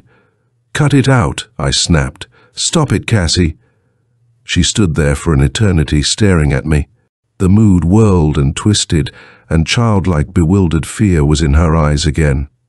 She began to cry, her slight frame shuddering pitifully. "It's true, I tell you," she gasped. "It's not your child. You don't believe me. You think I'm crazy. You needn't believe me. Just go away, before he comes for me. He said he would come. I don't want him to hurt you. I don't want them to make you like me, like my father." She was babbling senselessly, the words tumbling from her lips. "Zoth Syra will come. I hear his voice. He sings. You hear? Calling me. His bride. The mother of his child. I come, O husband of the green void. I come." It wasn't easy to hold her. I still have 4 parallel scars on my right cheek, where her nails bit in frantically. She twisted with a strength that was nothing human, her lips muttering, her high, cracked voice shrilling that loathsome melody that meant death and horror and endless unrest to any who heard it. Finally, I won. Quite suddenly, she stopped struggling. She peered childishly into the darkness beyond us, her head cocked pathetically to one side, listening. She took an uncertain step toward the window before she fell. There was no sound save the rustle of her negligee as she crumpled at my feet. A thread of crawling spidery fog snaked in through the half-open casement, lingering like a shroud over her body. The stench was something from the bottomless watery depths of the sepulchre, a vile effluvium that was somehow the embodiment of every malevolent terror that stalked Heath House. Cassandra and I were shadows playing a part against a papier-mâché background in a scene from the opiate-deep nightmares of Poe. I did things without stopping to wonder why. I recall carrying her to the bed and touching her pulse with fingers so numbed by horror that they could scarcely detect the fluttering heartbeat beneath them. That was the night I came to the end of it. You can take just so much. You can go on hoping things will change, that you will awaken from this monstrous dream of falling through a void of unutterable terror. Then you hit bottom. Staring at the chalky stillness of my wife's face, lost in the whiteness of the pillows, I knew I would have to break through. If I was to save her at all, I had to get to the bottom. I had to take this noisome fear in my hands and tear it out by the roots. I had to open the cancerous sore of the secret that ate at Cassandra's mind, the secret that lay buried in Lazarus Heath's book room. I was quite calm about it. When her breathing had become safe, I took the key gently from the necklace. With something that was more instinct than purpose, I got my revolver from the night table drawer. It was fully loaded. I locked Cassandra in and went down the hall to the library. The gun made me feel better. It was something solid and sane to hold on to. A month later, the prosecution used the gun as Exhibit A. They called it the murder weapon. What I found beyond the massive chiseled portal was a thing that laughed at the puny human bravery of guns. A malignant, flowering evil that spawned itself in the pen-scrawled words of a man long since food for the gnawing maggots of an unspeakable hell. As I pushed open the door, staring blindly into the pit of darkness beyond, I almost wished for a stinking, flesh-born terror with which I could clash, an evil that lived and breathed, and could bleed and die. I found nothing but a dusty, dry rot-smelling chamber that had been too long without air and sunlight. A mouldering, half-burned candle stood at the edge of what Lazarus Heath had used as a writing table. I held a match to it. A butterfly of flame sputtered to life, throwing mammoth shadows along the crumbling plaster walls, casting an unwanted eye of light on the endless shelves of books long used to the privacy of night, untouched by curious hands. I wandered aimlessly about the high, barren room, gazing upon titles so antiquated, so much a part of a past beyond remembrance, beyond life and death, that I should have sworn it was a library straight from the flaming abyss of hell. They were books not meant for mortal eyes, tales told by cults that sank into oblivion before time was measured, cast out from earth, trailing the ruins of their hideous, bloodthirsting rites behind them. Here and there, more sane, understandable volumes came into view. There was a priceless collection of sea lore, and in one spiderwebbed corner, I found a yellowed, thumbed copy of the Odyssey. One section had been underscored, its battered pages mute testimony of endless reading and rereading. It was the passage describing the escape of Odysseus from the Sirens. God knows Lazarus Heath had reason to be fascinated by it. The shrill tumult of Cassandra's wild babbling still thundered softly in my brain. I stood very still, thinking, this is the room. The root of it had to be tangled in the tomb like dust of this shadowy chamber. But where? My mind echoed. Where? My wanderings had brought me to the worm-eaten throne chair behind Heath's writing table. The light of the candle did a dance macabre as I sank heavily into the seat. It washed the black marble tabletop with a flood of icy yellowness. Then I saw the diary. I gave it a casual, irritated glance, and then, as the frenzied scrawl impressed itself upon my consciousness, I leaned closer. Faint gold-washed letters glittered brassily in the semi-darkness. Lazarus Heath, his book. It may have been only the figment of a sick, overwrought imagination, I don't know. I know that I felt it there within me, the instant I touched the book. I felt the evil that sighed through Heath House suddenly come to life as I thumbed nervously through the water-stained pages of Lazarus Heath's diary. The demented tittering of the storm rose from a whisper to the howl of a rabid dog baying at the moon. Sleet lashed at high casement windows, and the silken portieres rustled anxiously. Even before I began to read that incredible, unholy record, I knew I held the root in my hands. There was nothing sinister in the first entry. It was made in the steady, squarish script of a self-educated seaman and dated February 21, 192. The words were sure and sane, with no hint of the hell-penned horror that lay in the final pages of the book. Lazarus Heath had shipped out as first mate aboard the freighter Macedonia, bound southeast for Africa. It was as simple and prosaic as that. For pages, there was nothing but the easy, satisfied chatting of a seafaring man setting down, for his own amusement, the record of an interesting but mundane voyage. The first leg of the journey had gone well, even the weather had been with the Macedonia. The crew was competent and not too quarrelsome, and already looking forward to a time in the African coast towns. Then, somewhere in the southern Atlantic, they ran into the fog. At first, Lazarus Heath made only passing mention of it. Although it had come upon them unexpectedly and was intensely thick and disconcerting, it was judged that they would sail on through it on instruments without too much difficulty. There was a controlled, sensible attitude in Heath's script at this point. He was writing for himself the things he had told his men. At the close of the entry he wrote, as though loath to admit it, even to himself, "There is a certain uneasiness among the men. It is not good for the nerves, this endless, blinding fog." The writing trailed off with the first whisper of the uncertainty that was laying siege to Lazarus Heath's mind. The next entry was made 4 days later, in a dashing cold hand. It was short and bewildered. "Still this damnable fog, and that is not the worst of it. The instruments have begun to act queerly. We must go on as best we can and trust in the Almighty. Men very jumpy." And, on the night of the same day, the controlled hand had wavered perceptibly as it scribbled, "Instruments gone dead. What in God's name does it mean?" The story continued. The coming of the voices was not sudden. It began with Dyke. Lazarus Heath knew little about the gangling, blonde-bearded kid called Alan Dyke. He had signed on in New York as a fireman. A quiet, uneasy individual, he spent most of his leisure with books. He affected the bilgewater lingo of the sea, but underneath, he was only a kid, and he was scared. It began, according to Heath, when the engines went dead.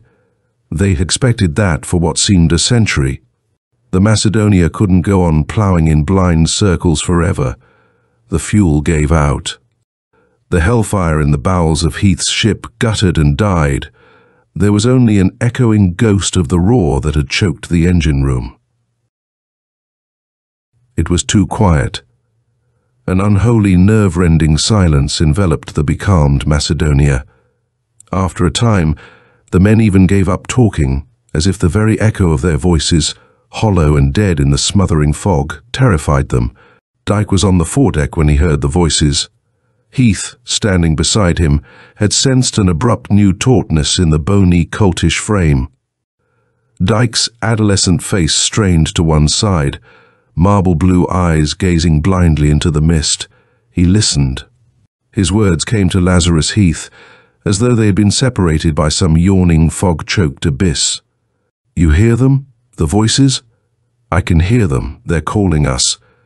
The sirens are chanting the melodies of watery death. Zoth Syra." The voice was no longer Dyke's. It was light and cloying, possessed of a malignant beauty. Men froze and stared. They seemed not to hear Heath's sharp commands. "I heard nothing," Heath wrote that night. Still, the sounds must have been there. Dyke must have been listening to something, he and the others. But I mustn't believe these whispered legends of sea sirens. Someone must hold this God-forsaken crew together. If only I have the strength, if only I can keep from hearing the voices. That was the prayer of Lazarus Heath, the night the Macedonia ran aground and sank off the ghostly shores of a lost, uncharted island. Little space separated the next entry from those last frantic words, scribbled unevenly across a water-streaked, foul-smelling page of the diary. Yet, reading on, I had the sensation of an endless spinning through some dark, watery nothingness. I lived the nightmare of which Lazarus Heath wrote with the calm sadness of a completely sane man. The end of the Macedonia had been sudden and strange. By the hour, they had known it must be noon in that outer world with which they had lost all hope of contact. Their own existence had become a perpetual fog-swarming night. The monstrous ticking of the ship's clocks only taunted them. The bells of the Macedonia ricocheted mockingly into the boundless darkness of the mist. They had been chiming when the end came. Lazarus Heath had spent most of his life on the water. He had survived more than one shipwreck. Panic and the smashing fury of the sea were nothing new to him. It was the quiet that terrified the Macedonia's first mate. The crew seemed not to understand. His lashing, bitter orders fell on deafened ears. The swirling Atlantic sucked thirstily at their feet, and they did not move. Officers and men alike, they stood or sat in a speechless, apathetic stupor, unmindful of the death that swirled and lapped on every side. Each face held the same rapt, hypnotized expression. One would have said they were listening. Heath steeled himself. He mustn't listen. He mustn't let himself hear what they could hear. He wanted to live. He stalked the length of the bridge angrily, bawling harsh commands. Only the fog and the sea listened and echoed. The Macedonia groaned mournfully and listed to port. Water, thick and brine-tangled, flooded her hold. No one moved. She was going fast. He had to do something, make them hear him, bring them back to life. Inky wetness washed against him, whirling him blindly in a stinking bottomless pit. His lungs would burst. They must. Air.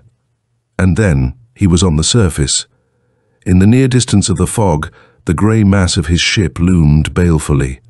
It foundered and upended. There were no cries of terror or pain.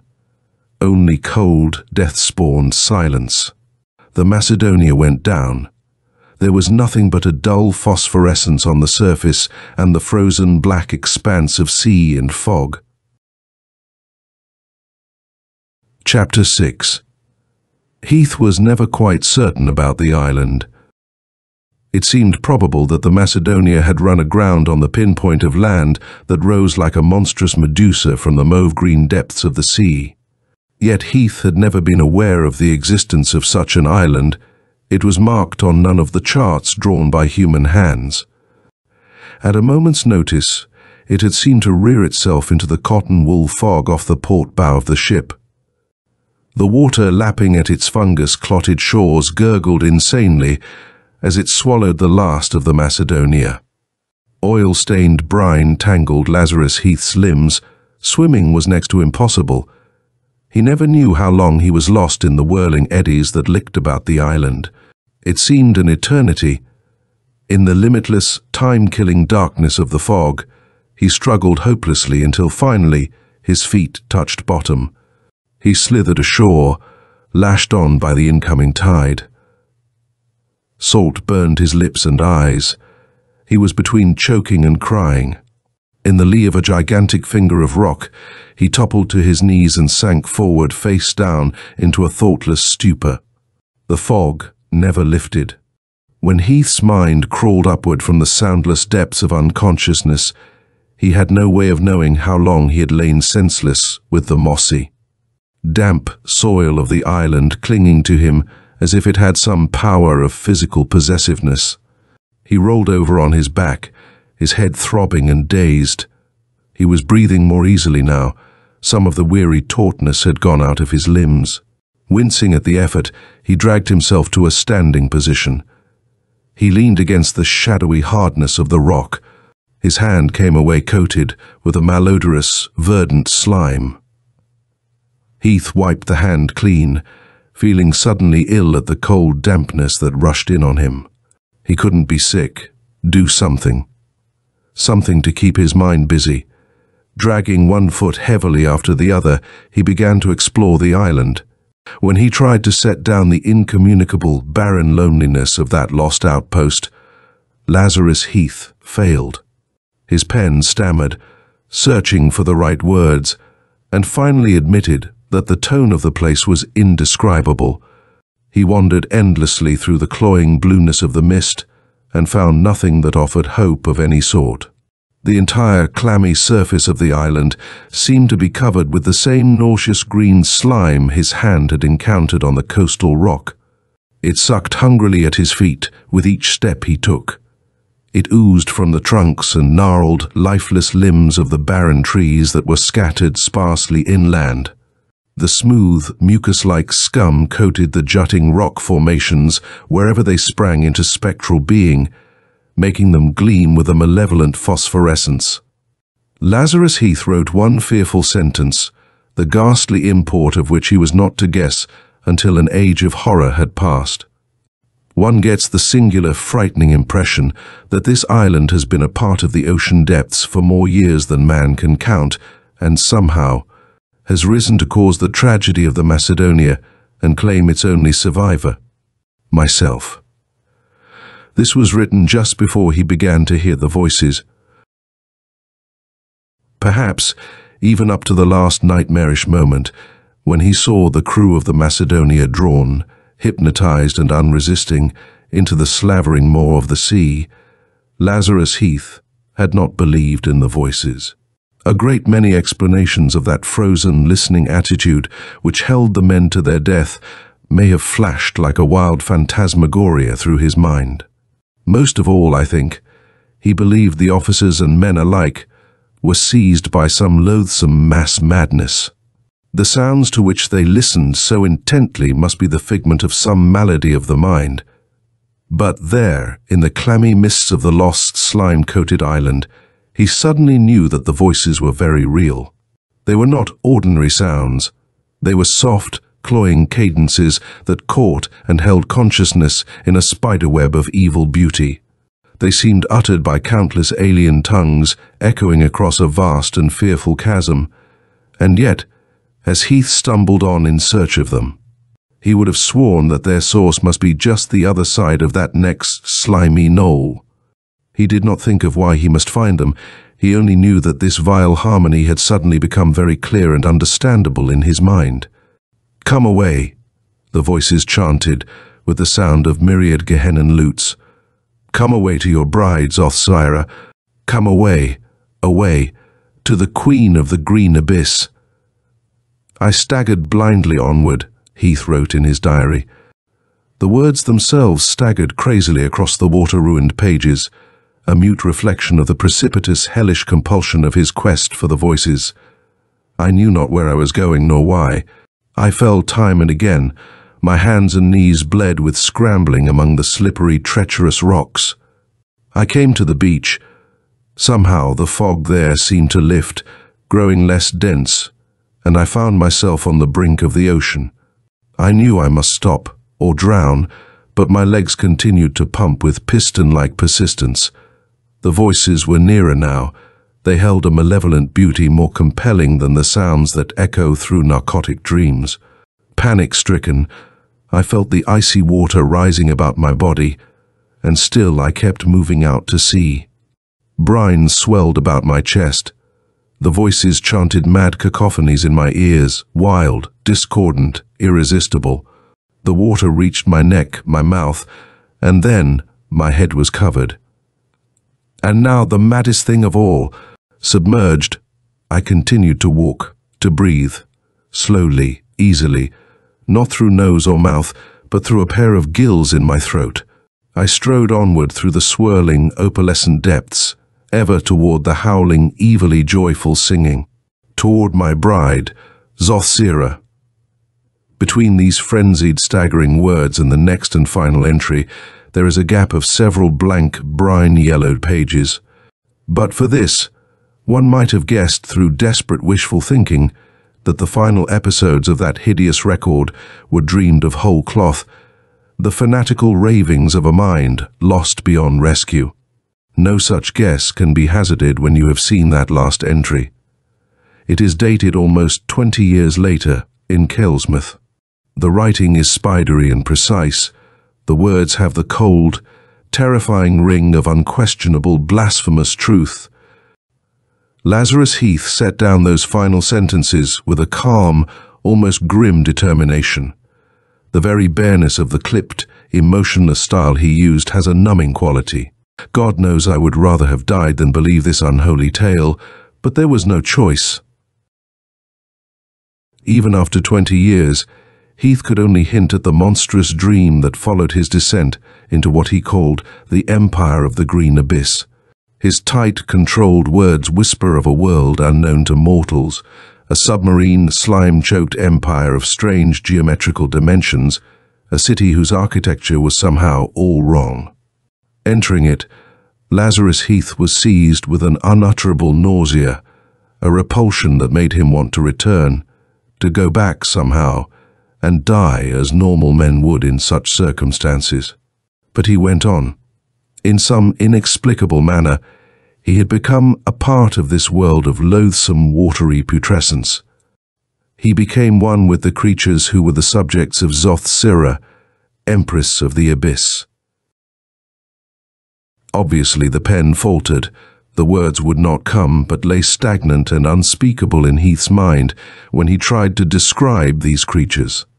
He could no more draw a picture of them than he could explain the evil charm they held for him, a charm embodied in the chanting, ungodly thing they called Zoth Syra. Lazarus Heath was at once repelled and terribly, irresistibly drawn to this queen who had chosen him for her lover. In trembling half-scrawls, he hints at the monstrous primitive rites that were part of their betrothal ceremony. And of himself he writes with frightening simplicity, "I was helpless. I was part of those decadent blasphemies and knew it, yet had not the will to resist. I wanted only to go on listening to that hellish sweet voice which belonged to my queen. There was no time. There was nothing but an endless bittersweet madness from which he had not the will to escape. He became to the creatures of the abyss, Zoth Syra, the chosen one, and reigning beside the indescribably evil beauty, Zoth Syra, he became conscious of a ceaseless murmuring of restless voices that echoed sibilantly in the song of his queen. Perhaps it was then that Heath pieced together his explanation of that hideously magnificent underworld. I do not know. But it was the whispering of the voices that made him uneasy, that sent his mind struggling upward from the abyss, groping blindly toward the light of normalcy. It was the murmured legends that made possible his final escape. The horror of them gave him a strength he needed. They deafened his ears to the song of Zoth Syra. And, when the Empress of the Abyss bore Lazarus Heath a child in his image, he fled with the baby, wildly, insanely, rising through the undulant shadows of a mad dream. More than a year and a half after the disappearance of the Macedonia, Lazarus Heath was found, more dead than alive, on an uncharted island in the Atlantic. Some aboard the rescue ship wondered about the strange blue marks on Heath's throat. They asked each other how a man could survive for nearly 20 months when there was no sign of shelter or vegetation on the island. They questioned him about the baby girl who was rescued along with him. Heath said her name was Cassandra. Chapter 7. I, Lazarus John Heath, being of sound and sane body and mind, and under the influence of no thing or man, natural or otherwise, do this day set my hand in protestation of the truth of what I have written above. My story is not a dream, it happened, and I pray to the Almighty it may never happen again. At first glance it may seem to the reader like drunken fantasy, but upon closer examination of the facts and a study of the law of the sea, I am certain that another conclusion will be reached.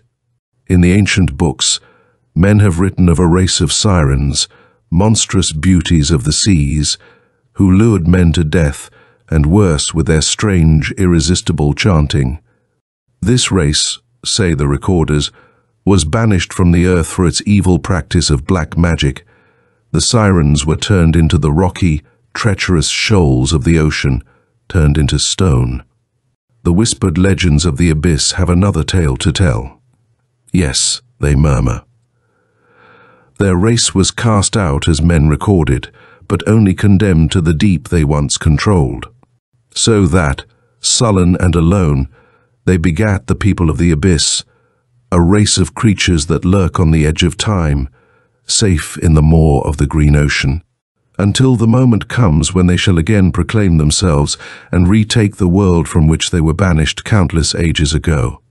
I have been one of them. Through me, they hope to strike, I think. I was to be their contact with this world we know. I have heard their unsatisfied whimpering. They chafe at the bit for release. And I say, beware. They have claimed me. True, I escaped, but even yet I am of them. In the end, they shall reclaim me, but not alive, if I can help it. All these haunted years since my escape from the abyss, I have heard their songs, their endless pagan chanting. So far, I have resisted, but I grow ever weaker. Some day they will win, but it is not this that terrifies me. I know I must die as a traitor to their cause. My only fear is that somehow, someday, they will realize that with me in my flight, I took the daughter of Zoth Syra. I pray God they will never reclaim her, for Cassandra is one of them, just as I am." The last words of Lazarus Heath's horrible testament wavered frailly across the page, as if the controlled hand of the writer had grown too weak to continue. The ink was blurred in spots by vague, circular stains that might have been made by raindrops, or the impotent tears of a lost, frightened old man. With numbed fingers, I closed that book of the damned. I sank back against the cold unfriendliness of the throne chair and shut my eyes. I could feel beads of icy perspiration forming at the base of my skull and trickling down the back of my neck. Not only my hands were numb, my brain worked with the dreamy sluggishness of a somnambulist. Curiously evil visions danced across the shadowy, decaying bindings of books on the far wall. I do not know how long I sat there. The candle guttered and died. I sat on, hemmed in by the writhing ghosts the complete darkness set loose again in the chamber where Heath had written his hateful confession. Outside, the storm raged maniacally, seething through the forgotten, rat-pirated tunnels under Heath House. Vaguely, I thought that somehow with each passing instant, the sea and the wind had become more ferocious, more predatory, as though lashed on to devastating fury by some infernal supernatural disturbance.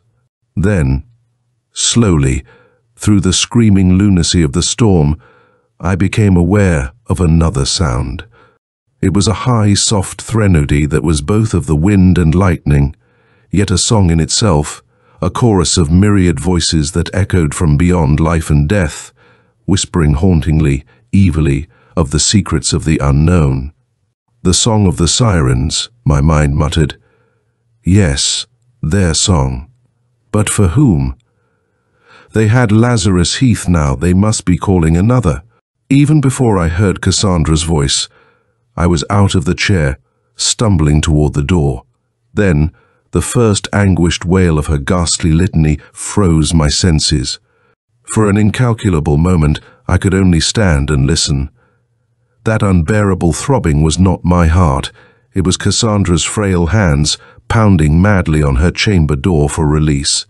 And always, steadily, her cry rose, shrilling through the shadow-crawling halls of Heath House, an obscene, awesome chant, at once wheedling, beguiling, and commanding.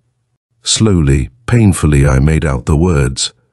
"I have heard you call, O Yothkala, my betrothed. I have seen the spirits of the abyss grown wild as presage of your coming. Their rejoicing has set loose the sea that is their empire. It echoes in the thunder, the black wind, and lightning.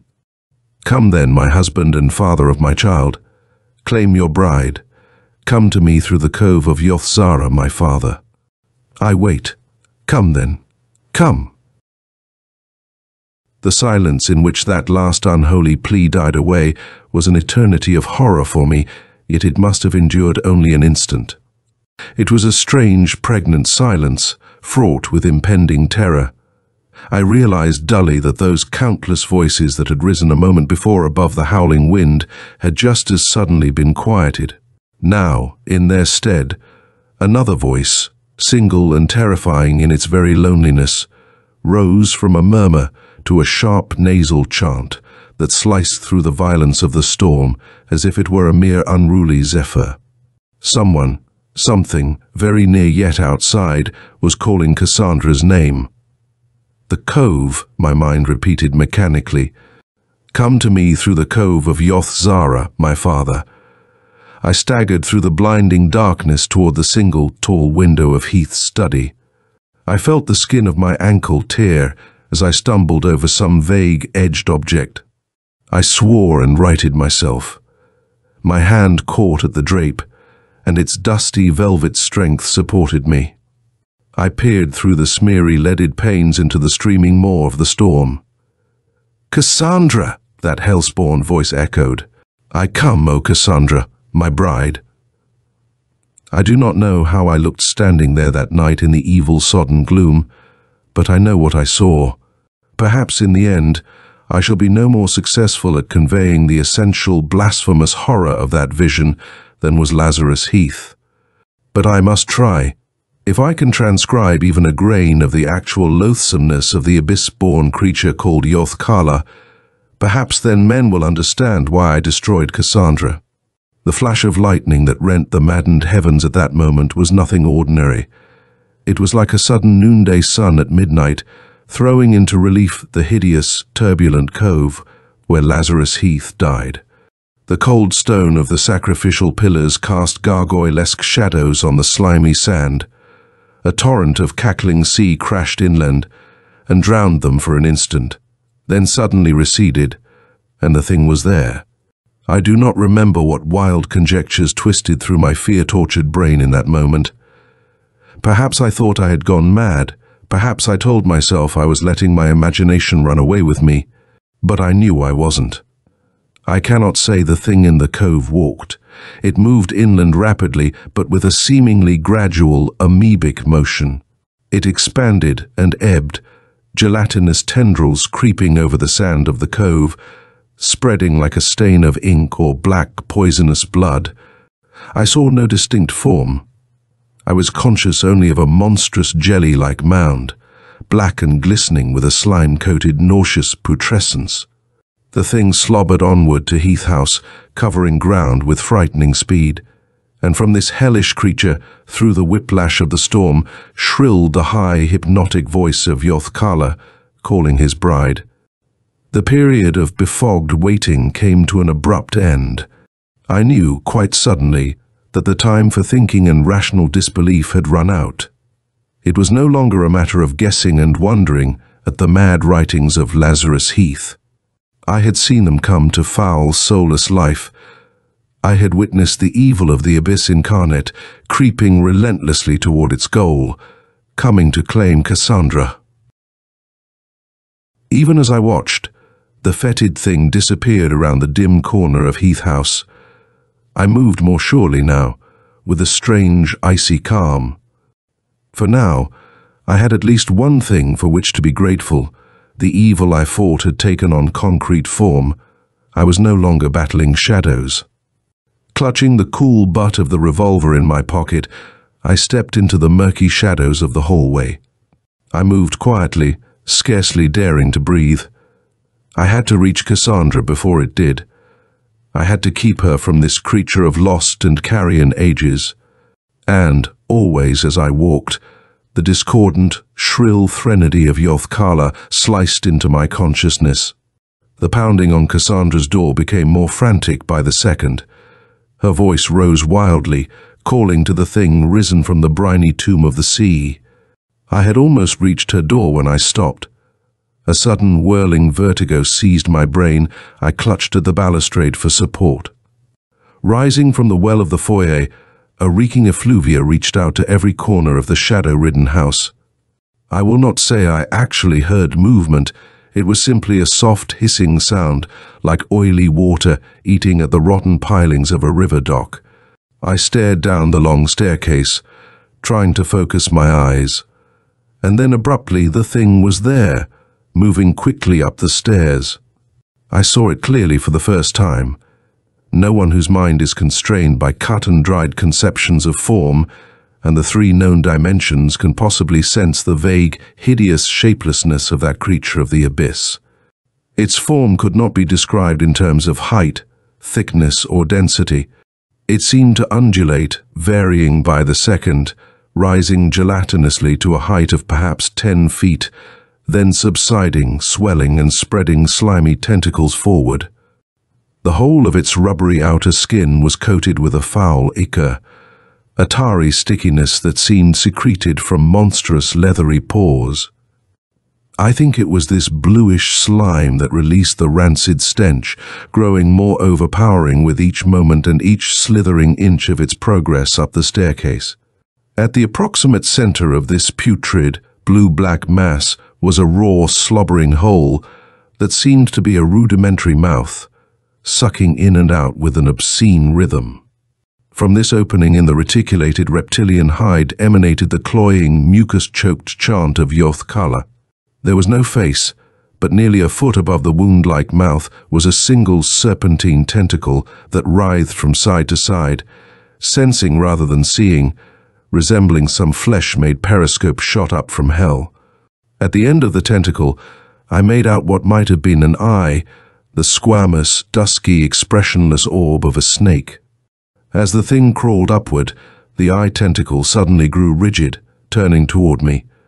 For a second, the huge gelatinous form hesitated, then moved forward again, this time directly toward me. Mechanically, sick with the putrid vileness of the odor the thing emitted, I staggered backward away from the oncoming horror. The eye tentacle wavered and followed me.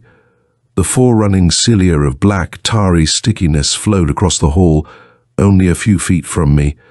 The stench was unbearable. It seemed to me that the pagan song of Zoth Syra had taken on a high, evilly humorous note. The slobbering mouth hole spread in what could only be a hideous, anticipatory grin. Now my back was against the wall. I could still hear Cassandra thumping on the panels of her door, crying her invitation to this loathsome lover of hers, but I was no longer thinking of her. I could think only of the long, jelly-like feeler sent out from the black viscid mass curling slowly about my waist, crushing. Perhaps I screamed or swore, I do not know. I remember plunging my hand into my pocket and squeezing the trigger of the revolver. There was a smell of seared cloth as the bullet burned through my coat, and then sharply, a cry, almost human, of furious pain. A slitted, ugly wound opened in the feeler, and bluish, stinking slime spewed over my hand and waist. This was the foul, putrid blood of the creature of the abyss. A thick, nauseous ichor spurted like oil from the bullet wound. The feeler uncoiled in a tremendous reflex of agony, and I stumbled away down the hall, fumbling in my pocket for the key to Cassandra's door. I slammed the heavy portal behind me and leaned against it, sobbing hysterically. The first thing I became conscious of was the sudden silence. It fell like a spidery call over Heath House. I realized dully that for a moment Zoth Syra's song had been stopped. Beyond the door there was a vague liquid rustling, then a tense, waiting noiselessness, as though the thing were being very still, listening. And here, in Cassandra's room, there was another silence. Before me in the shadows, the pallid oval of Cassandra's face wavered phantom-like. Staring at me, her darkly brilliant eyes were tortured with a surprisingly sane fear. Abruptly, as though the silencing of that blasphemous incantation had momentarily released her to sanity, Cassie was in my arms, crying softly. "Don't let him get me, darling. You mustn't let him get me. Promise you won't, please. I'm all right now. It's only when I hear his voice that I can't refuse him." "It's all right," I said thickly. "We'll get out of here somehow. We'll go away where he can never touch you." "No. No, I can't escape him that way." "We can, Cassie, we must." "No, believe me, I know. There's only one escape. You've got to kill me." "Cassie, it's true. It's the only way out. If you don't care about me, think about the child. My child by him. Stop talking crazy. I tell you we'll get away." "Think of the child," Cassandra insisted hoarsely. "I am the daughter of Zoth Syra. My father was a human. I was born in the image of that father. But think of the child I must bear. Suppose he is born in the image of his father, of that thing out there." Chapter 8. I was no longer seeing that frail, anguished visage, grey as death, with its ghastly, bluish throat scars. I was no longer aware of the horror that shone through Cassandra's eyes. The terror of a mind caught in a web from which there was no escape. All I could see was that slavering, heinous monstrosity beyond the chamber door. A child, its child, born in its own hideous image. It couldn't be. It must never happen. This lost, decadent race of evil encroaching upon the earth, begetting its hellish fruit upon humans. And in the end, overwhelming, conquering, reclaiming, as Lazarus Heath had prophesied, Cassandra. Oh, my bride. Princess of the Abyss I call. Zoth Syra calls. Beneath my hands, I felt Cassandra's fragile body turn rigid. Her flesh suddenly burned against mine. Those dark eyes glazed and protruded horribly, and at her throat the bluish lines pulsed obscenely, like the gills of a fish, like the nauseous mouth of the thing in the hall. I tried to hold her, but as the chant of Zoth Syra rose wildly, her clawed hands beat insanely at my face, their nails bit into the flesh. With a species of supernatural strength, Cassandra tore herself loose. She thrust me to one side and was at the door, tearing frantically at the latch, shrilling a nasal, hypnotic reply to her mate. Now, staring at the door itself, I saw the massive panels sag and warp, as if from tremendous pressure from without. A fetid black feeler oozed through the crevice at the bottom of the door. It circled, obscenely possessive, about Cassandra's ankles, evil and caressing. The storm throbbed at the blackened casements. There was no lightning now, only endless, abysmal blackness, and rising through it, all the myriad hateful voices of the green abyss, howling in chorus to the incantations of Zoth Syra and his bride. What I did then was done with the sure, unthinking calm of a man who has reached his final decision. I walked slowly to Cassandra's side. She was no longer conscious of my existence. She tore so maniacally at the door to freedom that her frail fingers bled. The revolver felt cool in my sweat-soaked grip. I brought the neat, businesslike muzzle within a few inches of Cassandra's temple. I knew now that she was right. There was only one escape. I pulled the trigger. I waited for death. You must understand that. I fully expected to die. I had no idea of running. I saw Cassandra slump forward against the door. As she slid to the floor, her fingers clutched convulsively at the dark wood. Her nails dug 4 parallel streaks the length of the panels. She lay very still.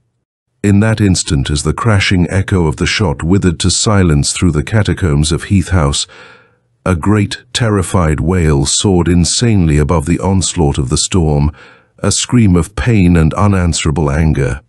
The huge door bent beneath superhuman pressure. Then, slowly, as I waited for loathsome, foul-smelling death in the grip of Zoth Syra, a death I did not intend to fight, the weird chanting from without died away. There was silence, a strange, utterly peaceful silence such as Heath House had not known for countless years. I saw the black, stinking tentacle withdrawn from the room. Outside in the hallway, a sickly hissing sound echoed mournfully. It moved down the staircase that creaked beneath its retreating weight. I walked unsteadily to the casement window and gazed out through a strangely abated storm. A sudden, peaceful moon had crept from behind dull clouds, and across the cold moonlit strand, into the cove, once again to be swallowed by the sightless depths of the green abyss, slithered the hideous, hell-spawn thing no other living man has ever seen. Zoth Syra was gone. I know now why it happened that way.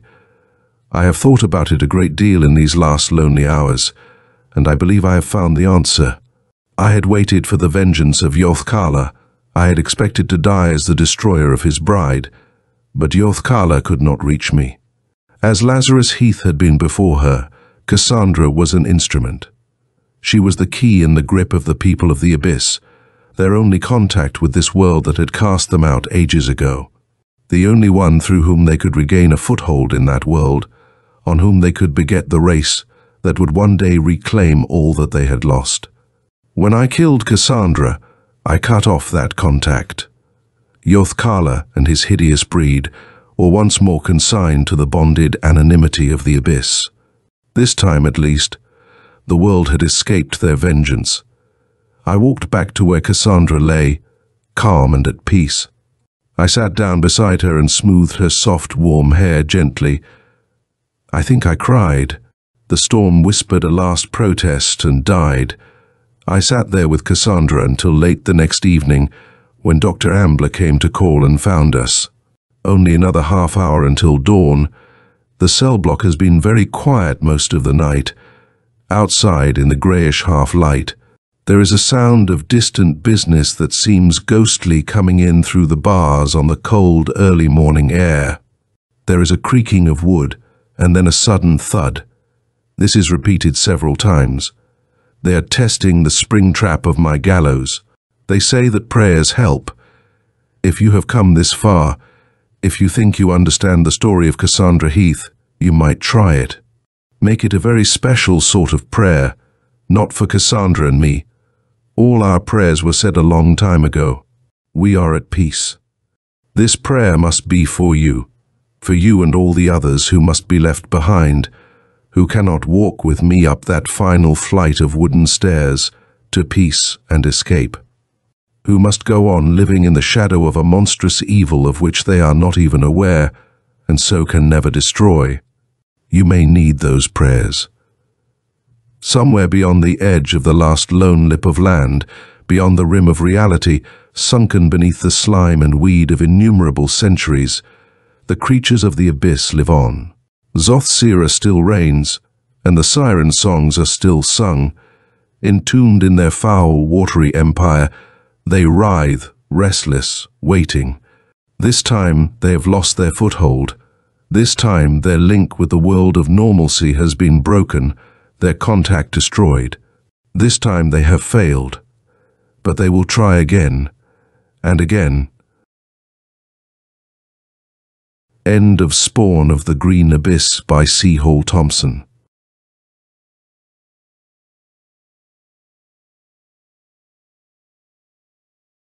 The Will of Claude Ashur by C Hall Thompson.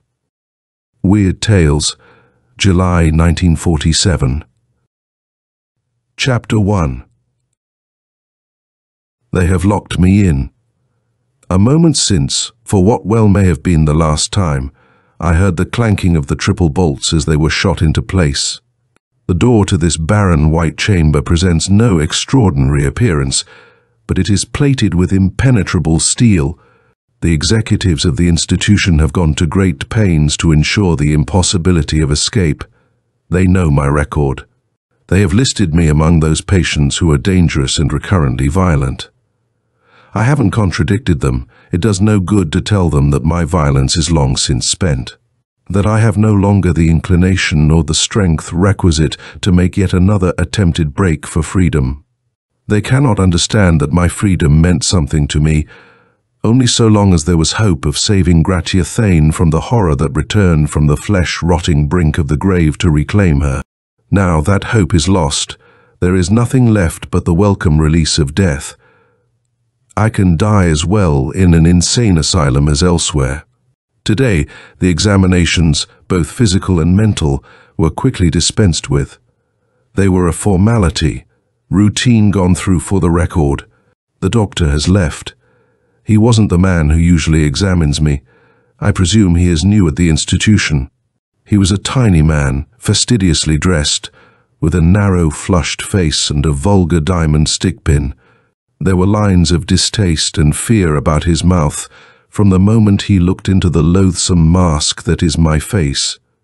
Doubtless one of the white-suited attendants warned him of the particular horror of my case.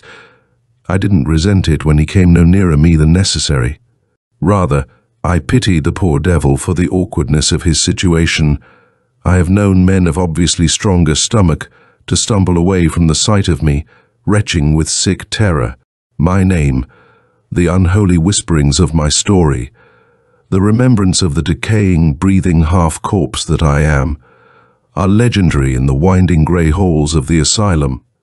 I cannot blame them for being relieved by the knowledge that they will soon shed the burden I have been, that before long they will consign this unhuman mass of pulsating flesh to maggots and oblivion.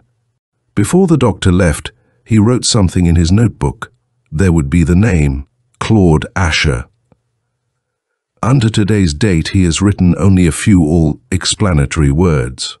Prognosis negative, hopelessly insane, disease in most advanced stage, demise imminent. Watching the slow, painful progress of his pen across the paper, I experienced one last temptation to speak. I was overwhelmed with a violent need to scream out my now familiar protest to this new man, in the desperate hope that he might believe me. The blasphemous words welled for an instant in my throat, sending forth a thick nasal sob. Quickly the doctor glanced up, and the apprehensive loathing of his gaze told me the truth. It would do no good to speak. He was like all the rest, with their soothing voices and unbelieving smiles. He would listen to the hideous nightmare that is the story of Gratia and my brother, and myself, and in the end he would nod calmly, more convinced than ever that I was stark, raving mad. I remained silent. The last flame of hope guttered and died.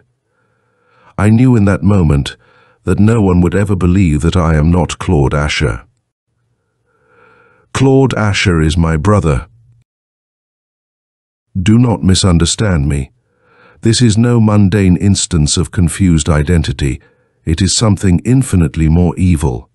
It is a horror conceived and realized by a warped brain bent upon revenge, a mind in league with the powers of darkness, attuned to the whimpering of lost, forbidden rites and incantations. No one ever could have mistaken me for Claude Ashur. To the contrary, from the earliest days of our childhood, people found it difficult to believe that we were brothers. There could not have been two creatures more unlike than he and I. If you will imagine the average boy and man, the medium-built creature of normal weight and nondescript features, whose temperament is safely, if somewhat dully balanced in short, the product of normalcy, you will have before you a portrait of myself. My brother Claude was the precise antithesis of all these things. He was always extremely delicate of health and given to strange moodiness. His head seemed too large for the fragility of his body, and his face was constantly shadowed by a pallor that worried my father dreadfully. His nose was long and thin with supersensitive nostril volutes, and his eyes, set well apart in deep sockets, held a sort of mirthless brilliance. From the outset, I was the stronger as well as the elder, and yet it was always Claude with his frail body and powerful will who ruled Inniswich Priory. At a certain point in the road that fingers its way along the lifeless Atlantic clawed stretches of the northern New Jersey coast, the unsuspecting traveler may turn off into a bramble-clotted byway. There is, or was at one time, a signpost pointing inland that proclaims Inniswich half a mile. Not many take that path today. People who know that part of the country give wide berth to Inniswich and the legends that hang like a slimy caul over the ancient coastal village. They have heard infamous tales of the priory that lies on the northernmost edge of Inniswich, and of late years, the town, the priory, the few intrepid villagers who cling to their homes, have fallen into ill repute. Things were different in the days before the coming of Claude Ashur. My father, Edmund Ashur, was the pastor of the Inniswich Lutheran Church. He had come to the priory, a timid, middle-aged man with his young bride, 2 years before I was born.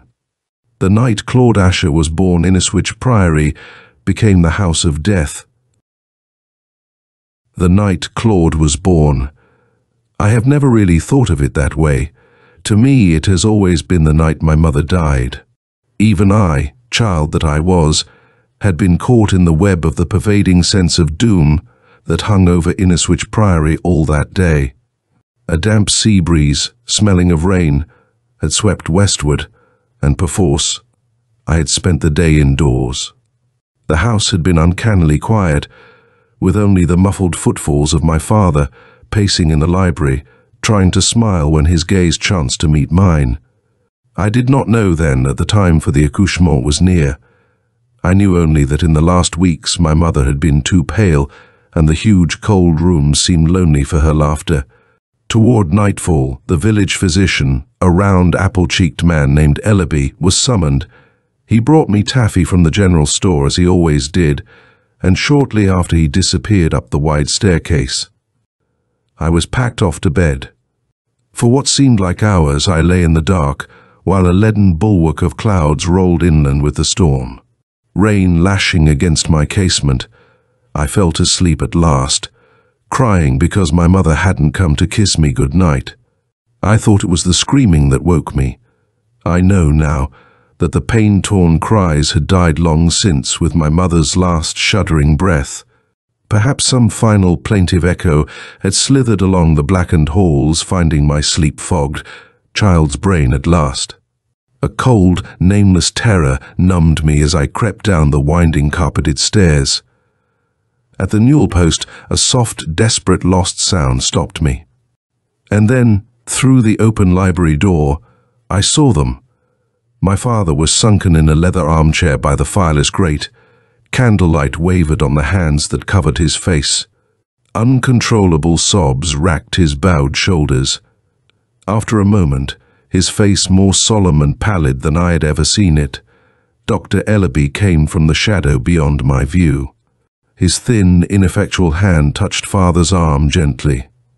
His voice was thick. I know how little words help, Edmund. I just want you to know I did all I could. Mrs. Ashur was. He shrugged his plump shoulders in impotent rage at fate. She just wasn't strong enough. It was odd, as if the baby were too much for her, too powerful, taking all the strength, the will from her. It was as if. His words withered into nothingness, and crawling abysmal darkness clawed me. I wanted to cry, but I couldn't. Fear and loneliness knotted in my chest. I could barely breathe. Years later, the completion of that last unfinished sentence of Ellaby's became horribly clear to me. It was as if he had killed her so that he could live. They buried Mother in a shaded corner of the graveyard behind the church. The villagers came and stood in the needling downpour, their heads bowed in voiceless grief, and through all of it, irreverent and demanding, came the belligerent howling of the infant Claude. There was something blasphemous and terribly wrong about those dominant cries. It was as though somehow this dark-browed, bawling child was an intimate of death and felt no need to grieve or be frightened in the face of it. From that day forth, Inniswich Priory was Claude Ashur's private domain.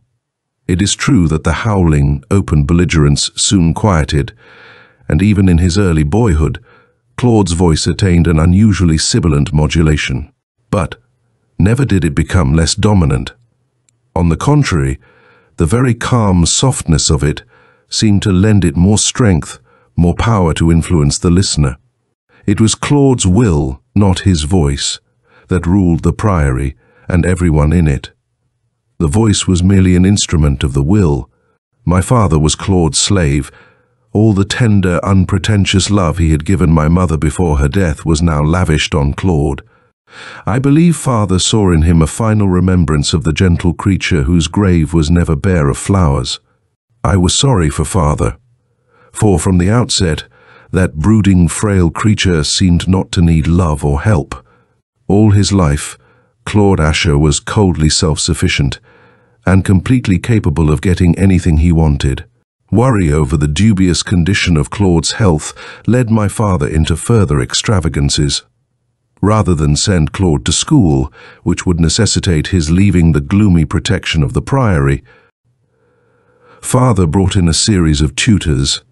The plan was never a success. Time and again, it started off well, and some bookish, middle-aged man or woman would think that he or she had a perfectly priceless berth at the priory. The tutelage of one boy seemed like the easiest job in the world. But invariably, the tutors eventually developed a violent dislike, hidden or overt, for Claude. They never remained at Inniswich Priory more than a fortnight. Often, when one of them had just gone, I would chance to look up from the garden to find Claude's pale, thin face framed in a window. The colourless lips were always haunted by a satisfied, malignant smile, and once more, the brash intruder cast out. The furtive shadow of my brother's isolationism would settle shroud-like over the priory. Chapter 2. In the east wing of Inniswich Priory, beyond a massive Baroque door, lay a chamber I had never seen. Unholy stories of that room have haunted the hamlet of Inniswich since one ghastly night late in the 18th century. My father never spoke of the awesome legends that cluttered, murmuring obscenely, behind that carven portal. It was enough for him that, for more than 100 years, the room had been sealed off and forgotten. But Claude and I had heard others, the hired help who came by day from the village to the priory, whisper the hideous details many times, seeming to relish the vicarious thrill they experienced while discussing past and hidden evil. In the year 1793, one Jabez Driesen, then pastor of Inniswich Church, returned from a sabbatical spent in Europe. He brought with him the woman he had met and married on the continent. There are written reports of her beauty in the archives of the library at Inniswich, but, for the most part, they are at cross purposes and garbled. On one issue alone, every report is in accord. The wife of Jabez Driesen was a secret disciple of witchcraft. She had been born in some obscure Hungarian village of ill repute, and it was whispered through the streets of Inniswich that this sorceress, this consort of the darkness, must die. The whispering grew to an open protest that reached Jabez Driesen's ears, and one night a frantic, witless crone who served the Driesens ran screaming from the priory. Investigating the reason for her babbling hysteria, the villagers found the answer in that chamber in the east wing. The charred remains of Jabez Driesen's bride were discovered, manacled to a stake in the tremendous ancient fireplace, and swinging noiselessly from one of the massive hand-squared ceiling beams, was the corpse of the pastor of Inniswich Church. Next day the bodies were removed and buried, and the room was sealed. When Claude Ashur was 12 years of age, he claimed that chamber for his own. Father was more worried than ever. At last he openly admitted that he was frightened of Claude's tendency to isolationism. With the acquisition of the room in the East Wing, Claude withdrew almost entirely from the outer world. There was something alarming and unhealthy in the way he spent whole days and nights alone in his inviolable sanctum. The heavy, exquisitely carved door was kept locked at all times. Occasionally, on clear, dry days, Claude would wander aimlessly for hours along the bleached desert of the beach. He always carried the key to that door with him. Prompted by my own curiosity and my father's concern, I tried often to find some basis of mutual interest that would draw me closer to Claude, that would put me in a position where I might learn the nature of the secrets he hid so jealously in his lonely, ghost-ridden room. Once or twice, I even made a move to join him in his solitary expeditions along the edge of the sea. His dark, resentful taciturnity soon made it obvious that I wasn't welcome. In the end, nagged by a vague sense of frustration, I gave it up. I should probably never have had the courage to defy Claude and break into the forbidden chamber, had it not been for my Irish setter, Tam. Aware, as he was, of my affection for dogs, on the eve of my 22nd birthday, Father presented me with Tam. Then, little more than a year old, the dog was already well trained. He had the keen intelligence, the gentle eyes, the shining russet hair that somehow set his breed in a special niche. In no time at all, Tam and I were inseparable companions. Wherever I went, Tam was at my heels. His coltish, often hilarious adventures served to lighten somewhat the gloom that had coated Inniswich Priory like some loathsome, smothering scum that happiness and sunlight could not penetrate. And from the moment he laid eyes on him, Claude resented Tam. As though by some inborn instinct, the dog avoided my brother on every possible occasion. It was nothing new. Without exception, animals of every sort displayed an often vicious aversion to Claude. It was as if their antediluvian sensitiveness warned them against some buried evil of which the duller senses of humans were unaware. Generally, this open enmity caused nothing but a rather sardonic amusement on Claude's part. But in the case of Tam, he seemed unusually irritated. Perhaps it was because, unwittingly, the dog was violating the domain so long controlled by Claude's will alone. In any event, In a manner that somehow roused uneasy suspicion in me, he made an unwanted effort to befriend Tam. On that particular afternoon, Tam and I had been having our habitual romp in the ash-shaded quiet of the Priory garden. I remember laughing at the way Tam bounded off after an autumn-decayed twig of ash I had tossed in the direction of the flagstone terrace that lay just without the French casements of the library. Then, abruptly, before he had reached the twig, the setter stopped short. I saw his lean, rusty body, dappled by late afternoon sun, grow tense. His muzzle trembled, baring vicious canines. The frolicsome, gentle Tam of a moment before had turned into a terrified animal at bay. I looked up and saw Claude standing over the ash twig Tam had been chasing. He was smiling, his pale lips warped, showing small white teeth, but there was no humor in his eyes. Behind them lay the shadow of angry annoyance. I thought he winced at the snarl that sounded in Tam's throat.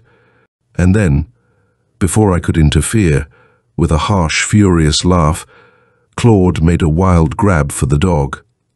I heard him say, "Come here, you little devil." I heard Tam's hysterical yelp, and then a sharp exclamation of pain. "Tam!" I cried. "Down, Tam, down!" As suddenly as it had begun, the terrible furor quieted. A pregnant, awful stillness settled on the ash grove. A single leaf quivered to the chilled stones at my feet. Tam whimpered plaintively as he slunk toward me and cowered, shivering against my leg. Claude didn't swear, he didn't even speak. He stood very still, staring down at the blood that oozed obscenely from the wicked gashes that scored the back of his white-skinned hand. When his eyes shifted to the shuddering beast at my side, they were seething with pent-up malevolence that whispered of satanic hatred older than man himself, a fury born of lost eons when such hatred ruled the world. After a long moment, Claude turned on his heel and disappeared through the French windows into the murky dimness of the library. The hand with which I gave Tam a reassuring pat trembled. I told myself I was being foolish. There was no need to be afraid. But the following evening, Tam disappeared.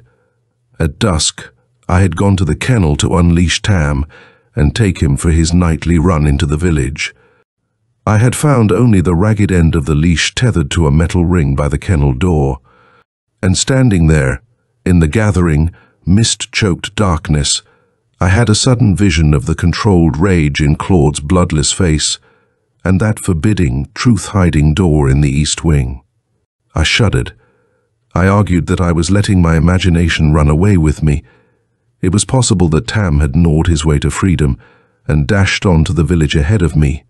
But, even before I walked the night road to Inniswich, before I made inquiries at the tavern and questioned the children who played lie-low sheepy in the streets, I knew what the answers would be.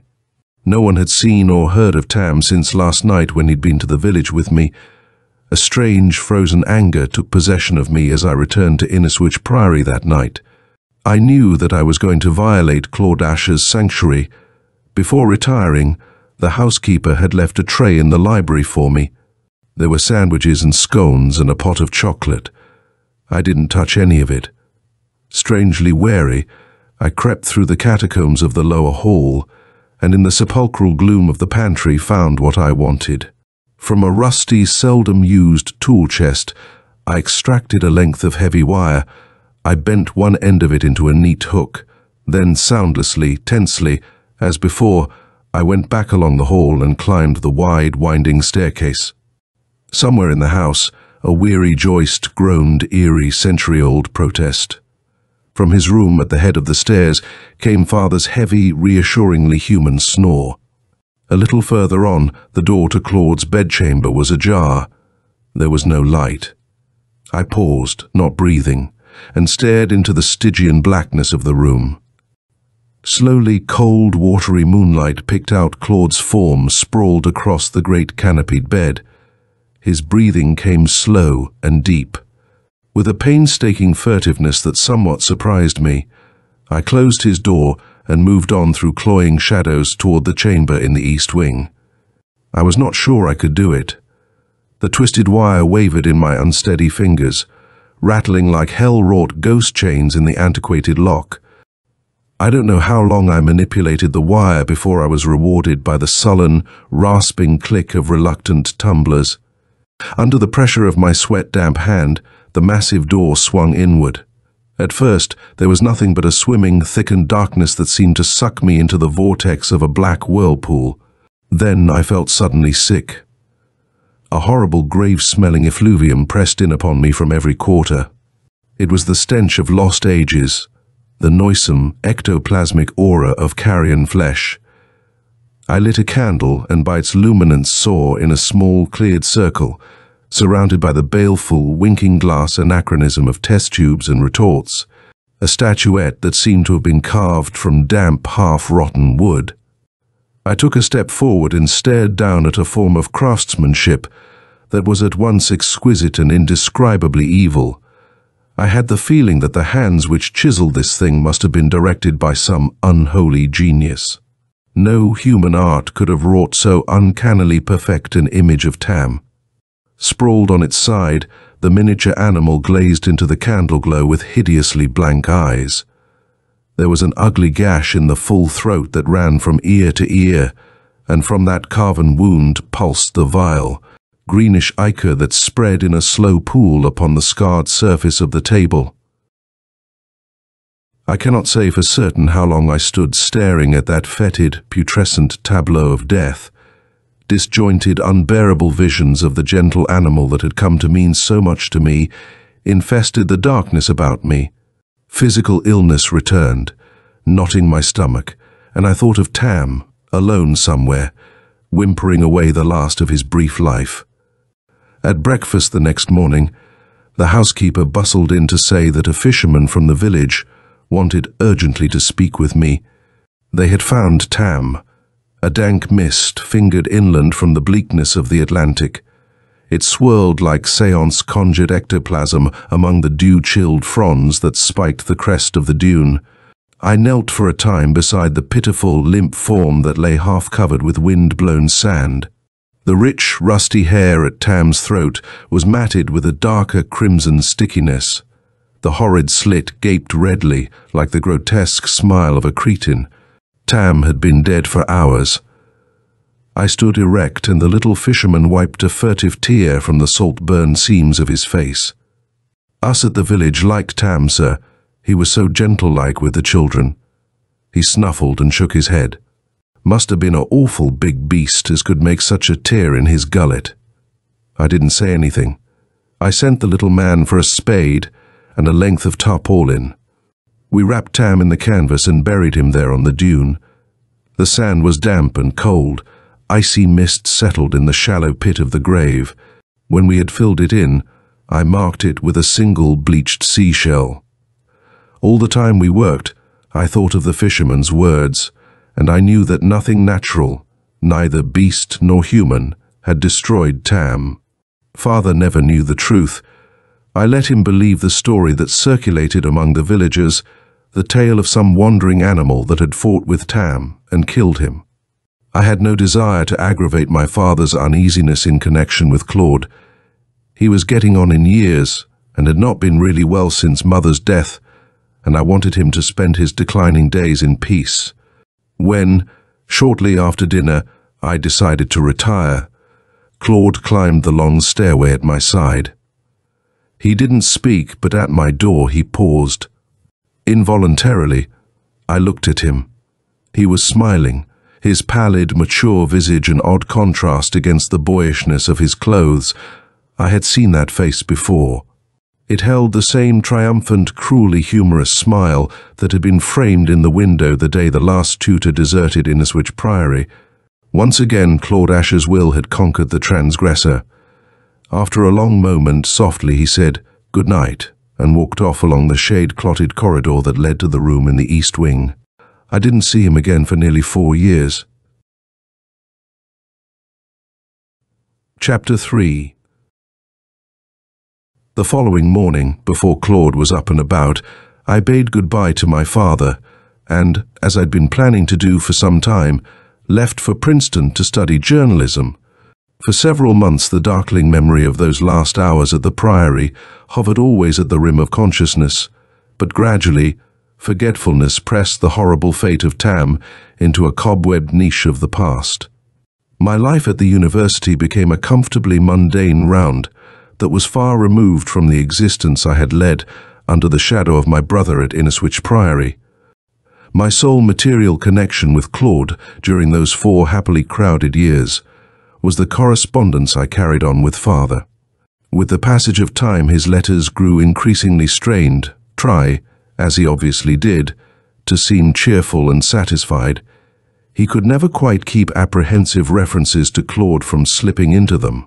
Those scant phrases, hinting that Claude was becoming more and more secretive and unmanageable, invariably cast me backward through endless corridors of gloom, evoking a terrible picture of the loathsome, grinning face I wanted only to forget. Then, too, beyond the transient uneasiness caused by my father's restrained messages, there were moments when I felt certain that even here, the fetid spectre of Claude's influence could touch me. To certain more conservative elements at the university, groups that numbered among them students indigenous to Inniswich or its surrounding country, I had become an object of rather distasteful curiosity. I was avoided as that fellow from Inniswich Priory, Claude Ashur's brother. When father came down to Princeton for my commencement, Claude came with him. Looking back upon that last night in my sitting room, I realize now that, had we not been blinded by our wish to believe something good of Claude, father and I should have guessed at the odious truth from the beginning. As things were, we were only too anxious to accept my brother's soft-voiced, trite lecture about having decided that he could best serve humanity through medicine. Happy for the first time in years, father drank in every syllable of Claude's blasphemous lies. Before he retired, he told me confidentially that he would be grateful if I advised Claude on the choice of the most suitable university. It wasn't the sort of job one looked forward to. Giving advice to my brother seemed like a rather pretentious idea. I was not at all sure he wouldn't laugh at me. I returned to the sitting room to find Claude slouched in a battered leather armchair by the fireplace. Even in the roseate glow of a log fire, his face seemed exceptionally pallid. I remember reflecting that it was as though he was suffering a blood-draining chill, a chill that went deeper than flesh to clutch the soul in icy fingers. His eyes came up quickly as I took the chair opposite him and lit my pipe. I fancied that the ancient, cryptic malevolence of the smile he turned on me was inexplicably tinged with anxiety. It gave me rather a start when, while I was still searching for a proper approach to the subject, he said softly, "I've already decided on the college, you know." Well, no, I didn't know. Yes. Quite suddenly, the opaque, cold eyes glinted with quiet cunning. In that moment, I should have sensed the malefic import of Claude's choice. I confess I felt nothing but a vague, uneasy puzzlement at his next words. "I've decided to go to Miskatonic University."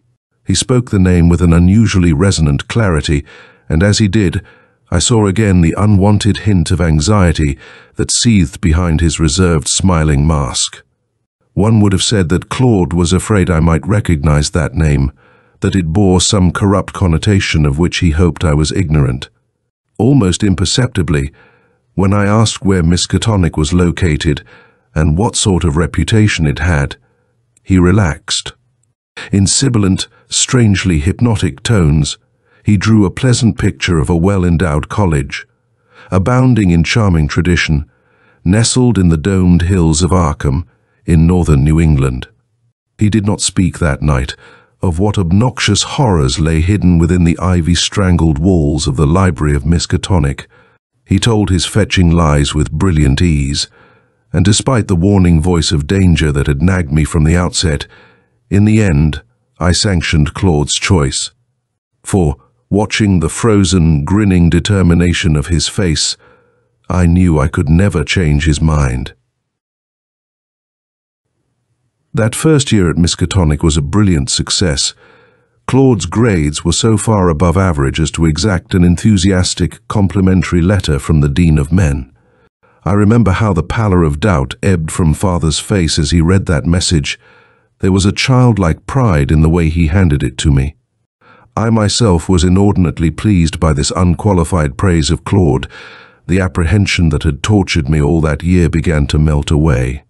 Then I read the list of subjects in which my brother had excelled, and the warm glow of the library hearth seemed to smother suddenly under an intangible chill blanket of corruption.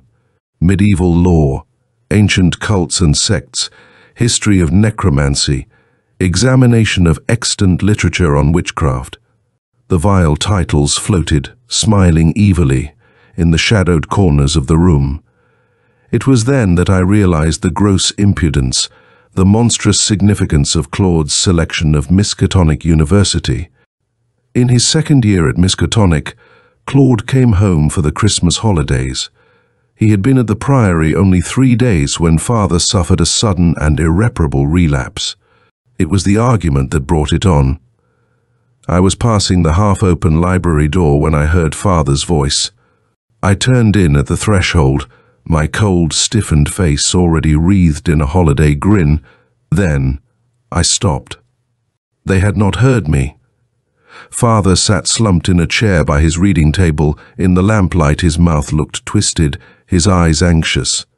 A sickly pallor coated his parchment-dry skin. Claude, his back to me, stared silently at the raw orange corpse of a dying log in the fireplace.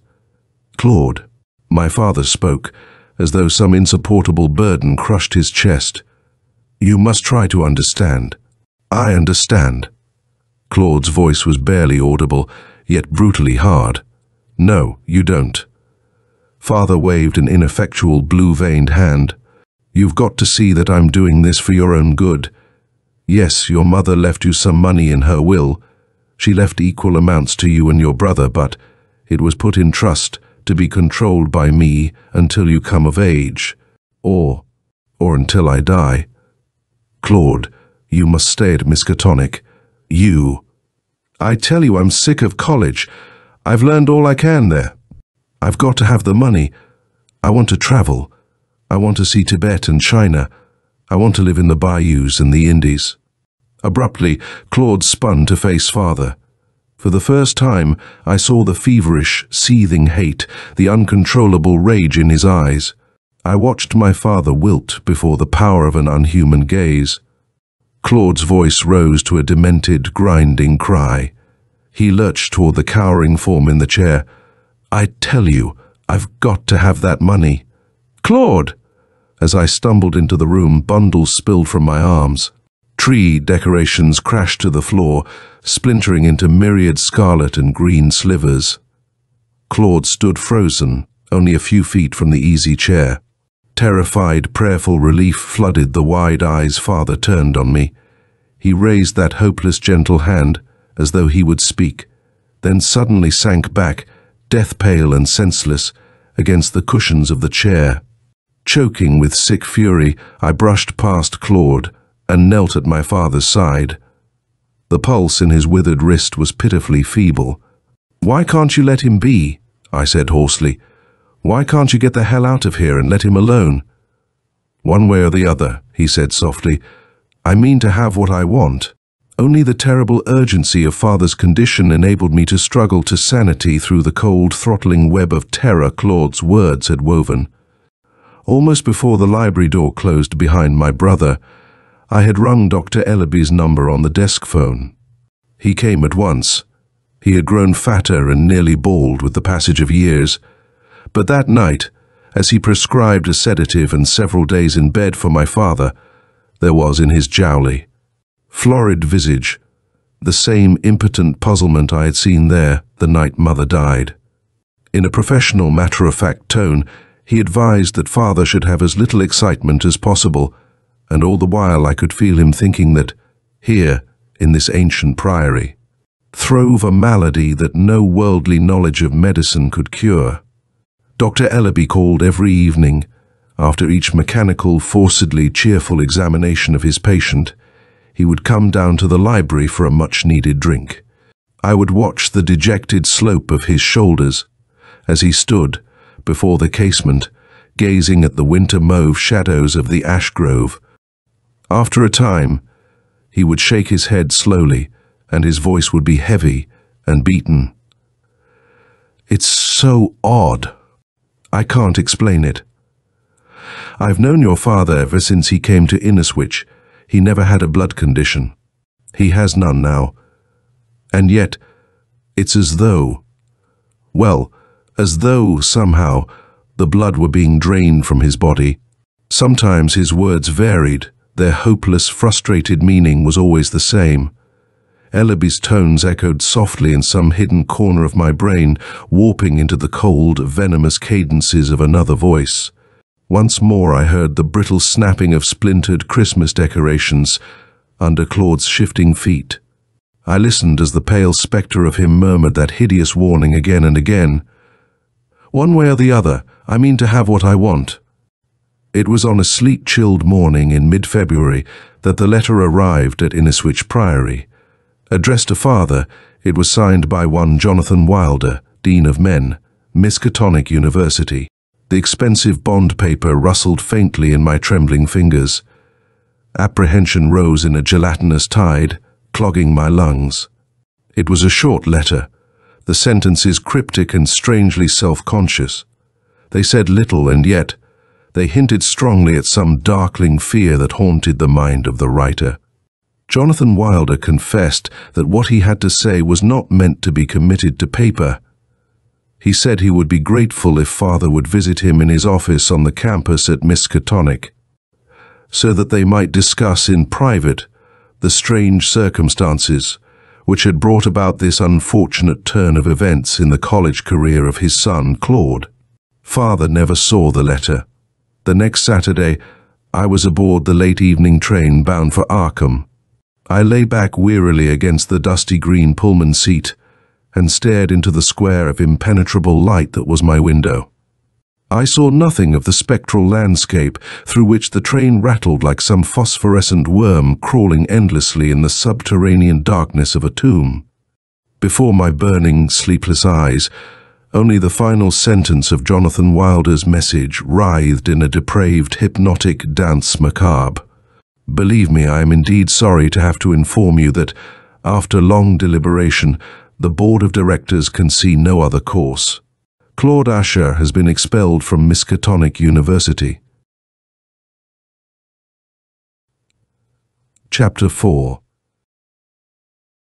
Jonathan Wilder was a tall, cadaverous man who tried to hide the somber distaste in his eyes behind a blinking barrier of pince-nez. He made a bony steeple of his fingers, and for a long time gazed wordlessly at the barren expanses of the university campus beyond the window. His eyes studied the distant grey coldness of the hills that hemmed in Arkham. They squinted against the icy glint of winter sun on the sluggish, winding ribbon of the Miskatonic. Then, abruptly, decisively, Jonathan Wilder turned back to me. He cleared his throat. I do hope you'll appreciate our position in this matter, Mr. Ashur. The board has bent over backward to be lenient with your brother. They know what a brilliant mind he has. But... He shrugged faintly, wiping the pince-nez on the sleeve of his Oxford grey coat. The fact is, from the very beginning, Claude has shown a rather, shall we say, unwholesome? Yes, a decidedly unwholesome interest in subjects that are directly opposed to the concepts of medical science. He has spent virtually all his time in the university library. You haven't heard about the library here at Miskatonic, Mr. Ashur? No, I see you haven't. Well, I might begin by saying that our library is reputed to contain the most extensive collection of forbidden and esoteric lore in existence today. Under lock and key, we have the only extant copies of such things as the Unaussprechlichen Kulten of von Juntz and the loathsome Book of Abon. Yes, even the dreadful Necronomicon. I fancied that I saw an irrepressible shudder pass through Jonathan Wilder as he said those damnable names. When he spoke again, his voice was scarcely more than a whisper. Your brother, Mr. Ashur, has been seen to copy whole pages of that horrible lore. Once, long after closing hours, one of our librarians, a wholly reliable girl. I assure you found Claude Ashur crouched in a shadowy corner among the bookstacks, muttering some weird incantation. She swore his face was not human. The tall man drew a long, shivering breath. There are other stories too. There have been whisperings of strange doings in your brother's lodgings in Pickham Square. People speak of foul odors and whimpering, agonized voices. Of course. He raised one hand palm up. Some of this may be conjecture. Possibly it's been exaggerated. But in any case, the tales about Claude Ashur doing miskatonic definite harm. Enrollment has fallen off. Students have left, mid-term, without apparent reason, after a short period of friendliness with your brother. You see, the esoteric learning our library affords is all very well when assimilated by a normal mind. But a mind like Claude Ashur's. He broke off, self-consciously. Well, I'm sure you see our point. Yes, I said slowly. Yes, I see. A man opened the door of Claude's house. His unfriendly, age-scared face stiffened at mention of the name. Mr. Ashur's out, he said flatly. I see. Well, I'll wait in his rooms. I took a step forward, and the door all but slammed in my face. The jaundiced glow of a street lamp winked in the old man's hard, wary eyes. I got out my wallet. It's all right. I'm his brother. He took the dollar bill without thanking me. Top floor. He opened the door to let me pass. Thanks. I paused. By the way, Mr. Ashur will be leaving here tonight for good. I couldn't be certain, but in the dubious glare of a garish hall light, it seemed to me that the old man's face grew suddenly soft with unspoken relief. As I moved carefully upward through the Cimmerian darkness of the stairwell, I heard him mutter, "Yes, sir." He said it with the fervor of one who was murmuring, "Thank God." From the moment I entered his room, I had been vaguely aware of an indefinable odor, at once sickly sweet and stinging in the nostrils. That seemed to permeate every corner of the room. Now, I knew I had been inhaling the pungent fumes of oily pigment mixed with turpentine. For the thing beneath the skylight was an artist's easel, and, propped on its crossbar, hidden by a cotton veil, was what I took to be a canvas in progress. To the right of the easel stood an antique work cabinet, its scarred top littered with paint-clogged brushes and a palette. Mechanically, as though driven by some mystic compulsion, I went to the table. Not until I was standing directly over it did I see the open book that lay half-buried beneath the melange of brushes and paint. A malicious gleam from one of the lamps slanted across the tissue-fine texture of the volume pages. A stench of immeasurable age swirled upward to me as I bent to decipher the ancient hieroglyphs that crawled like obscene insects across the paper. The book before me was one of the earliest editions of Albertus Magnus. At the bottom of the right-hand page, a single passage had been underscored. Revulsion knotted my stomach as I read those accursed lines. 3 drops of blood I draw from thee, the first from thy heart, the other from thy liver, the third from thy vigorous life. By this I take all thy strength, and thou loosest the strife. Beside this medieval sorcerer's chant, on the wide yellowed margin, Claude Ashur's spidery script confided, "There has been no news from the priory, but I am certain the spell will work. The portrait is completed. Before long, I shall know victory. I shall have what I want." I cannot say for certain what wild conjectures seethed through my mind in that instant. I only know that some instinctive, fearful hatred warped my hand into the vicious claw that ripped the veil from the painting on the easel. A terrified cry snagged in my throat, and I staggered backward, staring sickly at the festering, noisome thing my brother had created. To this day, here in the white-walled sanctuary of my asylum cell, there are hideous moments in the night when I lie horrified on the paralytic brink of sleep. while the loathsome creatures of that canvas of the damned writhe against the dark curtains of my eyelids. I pray God no other mortal eye shall ever be seared by any such horror as I beheld that night in Pickham Square. In the slimy colours of some subterranean spectrum, Claude Ashur had wrought cancerous images of the slobbering, gelatinous beings that lurk on the threshold of outer night, diabolically smiling, amoebic, gangrenous creatures seethed in the shadows of that hateful canvas, and slowly, as I watched, there emerged from its crawling depths the portrait of what once had been a man. The visage that confronted me was barely covered with discoloured, maggot-eaten skin. Its blue-tinted lips were twisted in agony, and in their corrupted sockets, the eyes held a pitiful, pleading expression. Not one feature of that ruined face was whole, and yet there was something terribly familiar about it. I took an unsteady step toward the picture, then stopped. Awful suspicion reeled madly in my head as I noticed for the first time the tiny scarlet globules that oozed from that decaying skin. It was as though every pore had exuded a dew of blood. You always were an incurable busybody, Richard. Echoing icily in the dim corners of that low-ceilinged room, the sibilant hardness of the voice seemed unreal. Only when I had turned to find Claude's angular, dark-suited figure framed in the doorway was I certain that my confused brain wasn't playing tricks on me. There was no mistaking the malevolent reality of the half-smile that curled my brother's lips. Sunken in his pallid, immobile face, onyx eyes flashed with caustic humour. "I'm afraid my little creation gave you rather a turn," he murmured. "You know, Richard, it's always best for sensitive souls to mind their own business." The old, impotent rage blurred my vision. Claude's venomous smile faded and grew horribly clear again. When my voice came, it was thick and ill-controlled. "You better do your packing. Now I've made reservations on the midnight train for Inniswich." We reached Inniswich Priory at noon the following day.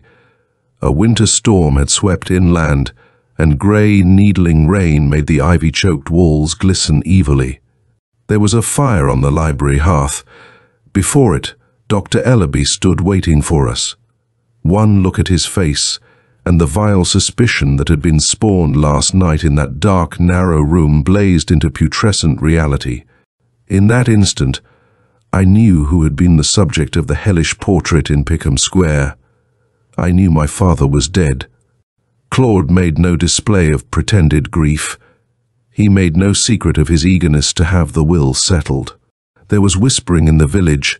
The simple, superstitious people of Inniswich spoke of daemons and the consorts of hell who could laugh in the face of death. My brother's terrible, inhuman cheerfulness became a festering legend muttered by witch-hunting non-genarians. Only the brave, the few who had been closest to the church and my father, attended the lonely burial service, and even they departed in haste, glancing apprehensively backward at the figure of Claude Ashur, black against the bleak and threatening sky. 2 weeks after the interment, 1 week after the reading of the will, Claude cashed a cheque for the full amount of his monetary inheritance and disappeared.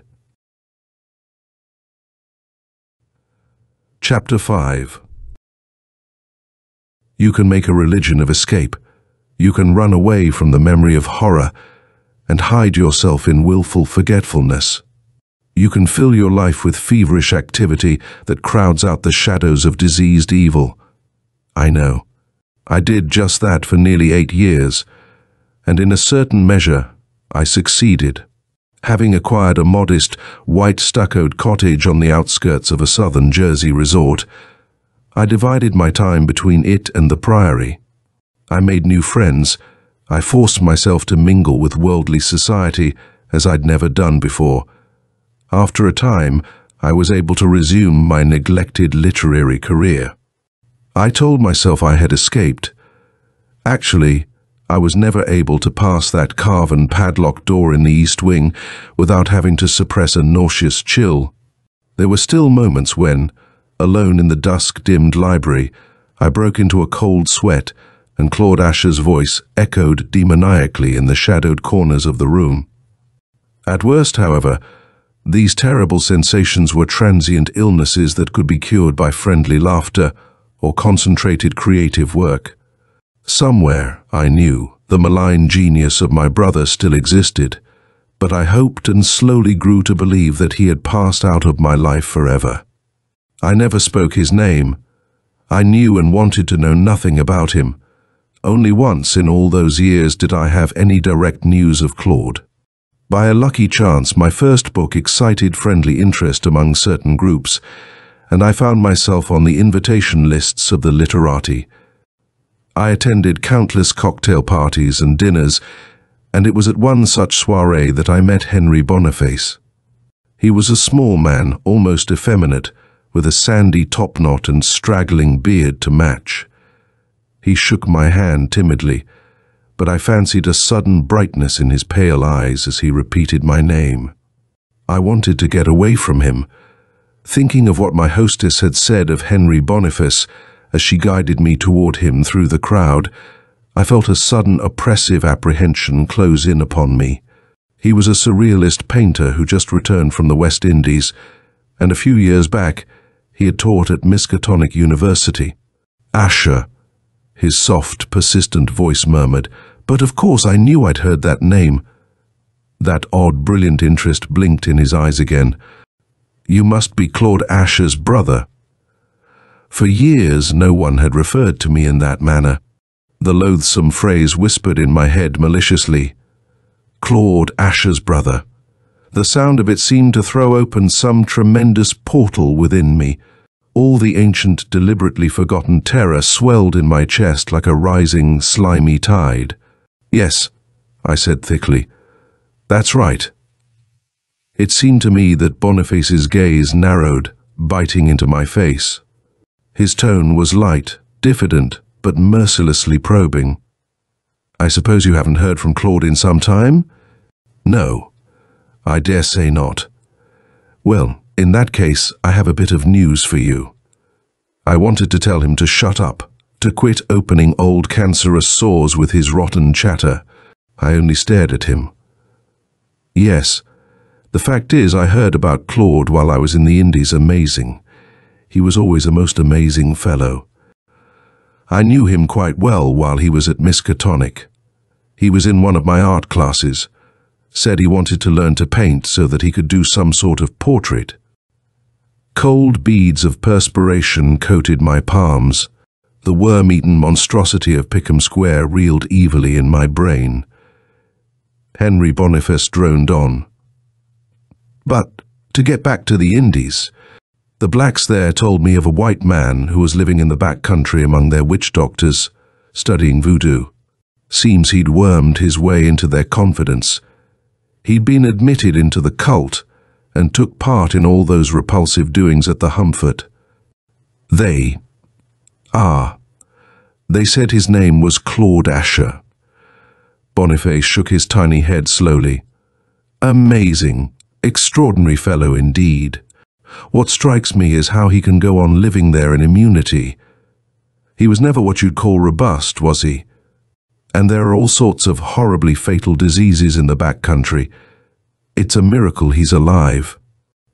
I felt a hard smile curl the stiffness of my lips. Don't worry about Claude, I said bitterly. He has a tremendous will to live. Nothing will kill him. The words fell flat and cold between us, and after a moment of awkward silence, I excused myself, leaving Henry Boniface to stare after me with those bird-bright, curious eyes. I never saw him again, but more than once in the horror-ridden years that followed, my mind reached back through limitless dark to the night I uttered that damnable prophecy. Nothing will kill him. Had I realized then the corrupt truth of those words, I might have saved Gratia Thane and myself. I might have destroyed Claude Ashur before he was beyond destruction. Early in October 1926, I returned once more to the monastic quiet of Inniswich Priory, intending to pass the winter there, and complete the last chapters of my second book. After so extended a period of freedom from my brother's influence, the Priory had to all intents and purposes reverted to kind. It had become again the sequestered, peaceful home I had known in early childhood. Settled down to work, living comfortably but simply, I was almost happy. My second novel was never finished. Less than a month after my arrival at the Priory, I received a letter. My dear Richard, I know that you hope never to hear from me again. I'm indeed sorry to disappoint you. But the fact is, the prodigal has grown weary of wandering and is ready to come home. And, much as you might dislike the idea, you can't deny your devoted brother his right to live in the ancestral manse, can you? Be so good as to prepare one of the better bedchambers, Richard. The blue one in the west wing would be ideal. For, you see, I'm not returning as I left alone. I'm bringing home my bride. In the week that followed the arrival of Claude's letter, the news had spread with awesome rapidity, and fear had flowered anew in the shadows of Inniswich, blooming like some malignant cancer whose growth had been hidden for a while but never checked. Wild conjecture muttered from street to street. Who was this creature Claude Ashur had married? What could she be like? There were predictions that murmured of a woman of strange and evil beauty. There were hints at a reincarnation of the hell-spawned witch Jabez Dreyson had burned at the stake more than a century ago. Long before they had ever seen her, the people of Inniswich were haunted by an abject fear of my brother's life. I too was growing strangely fearful of the nameless woman who was Claude's bride. I had finished the 6th brandy before I sprang to my feet at the sound of a car turning into the Priory Drive. Memories of that night have always returned to me in fitful, nightmarish segments, haunting impressions that flash brilliantly in some secret crevice of the brain, then fade once more into the cloying yellow mist of remembered horror. I hear again the metallic summons of the wrought-iron knocker echoing through the darkened halls of the Priory.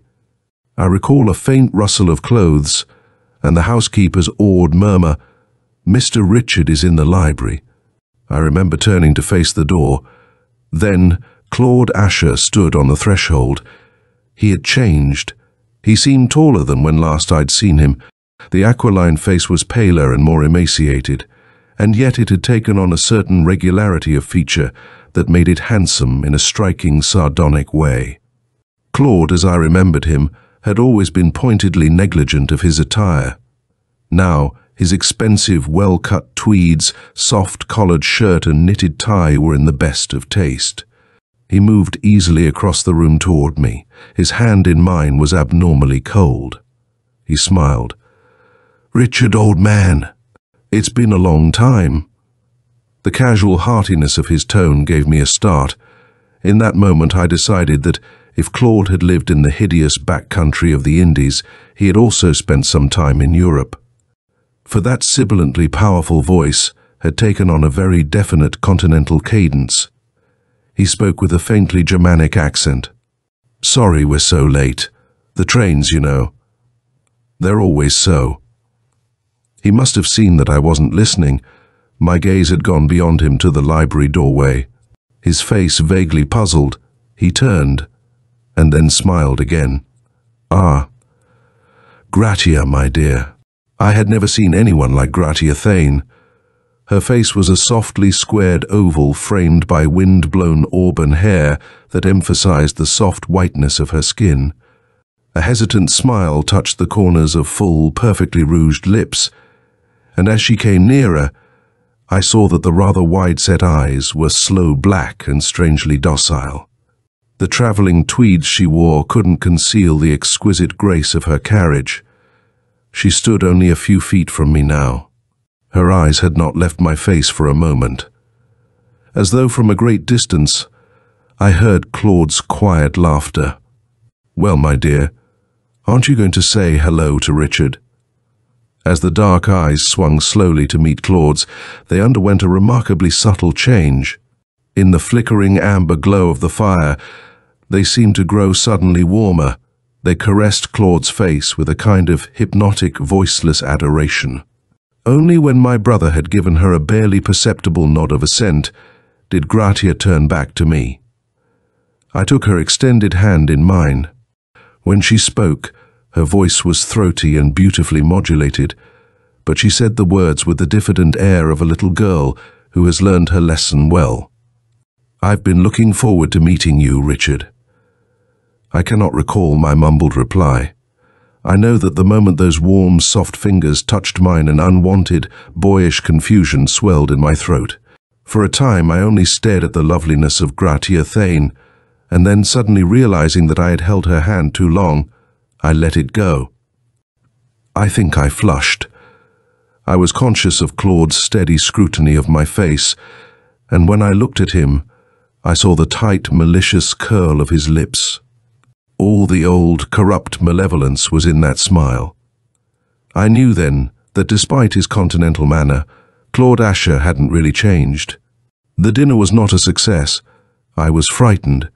It was strange, selfless fear that turned cold inside me as I sat, pretending to eat, and studied Gratia Thane.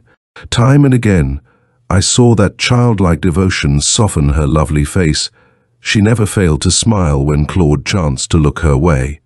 It was a gentle, worshipping smile, and still, the longer I watched it, the more convinced I was that it was a mask. A mask that could not quite hide the mute, unutterable weariness that crept into her eyes in unguarded moments. I was no longer afraid of my brother's wife. I was afraid for her.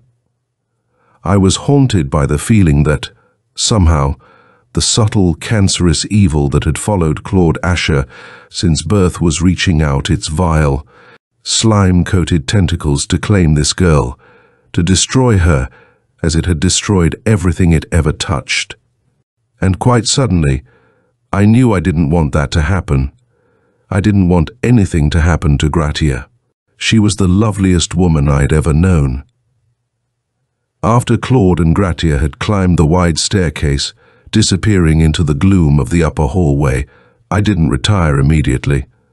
I went back to the cold hearth and poured myself a stiff drink from the decanter. The liquor didn't warm me. I felt tired and confused, but I knew that if I went to bed, I wouldn't sleep. I don't know how long I sat slumped in the chair by the lifeless grate. I lost count of the drinks I poured.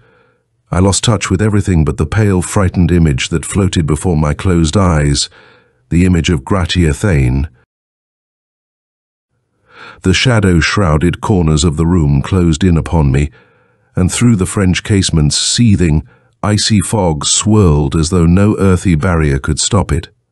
Terror clutched at my chest as slowly, out of the blinding, jaundiced mist, there emerged two wavering figures. Horror warped Gratia's face, wrenching all beauty from it. Her lips parted as though she would scream, but no sound came. Madly she stumbled through the scum-coated labyrinths of outer darkness, and at her heels, its saturnine laughter shrieking in her ears, ran the swollen, slime-dripping thing that was Claude Ashur. The running feet thrummed rhythmically, like the sacrificial drums of some demon-worshipping tribe. Nearer they beat. Nearer. Nearer. I thought I was still dreaming. Cold sweat beads crawled from the hair in my armpits along the sides of my body. My hands trembled. My eyes were open.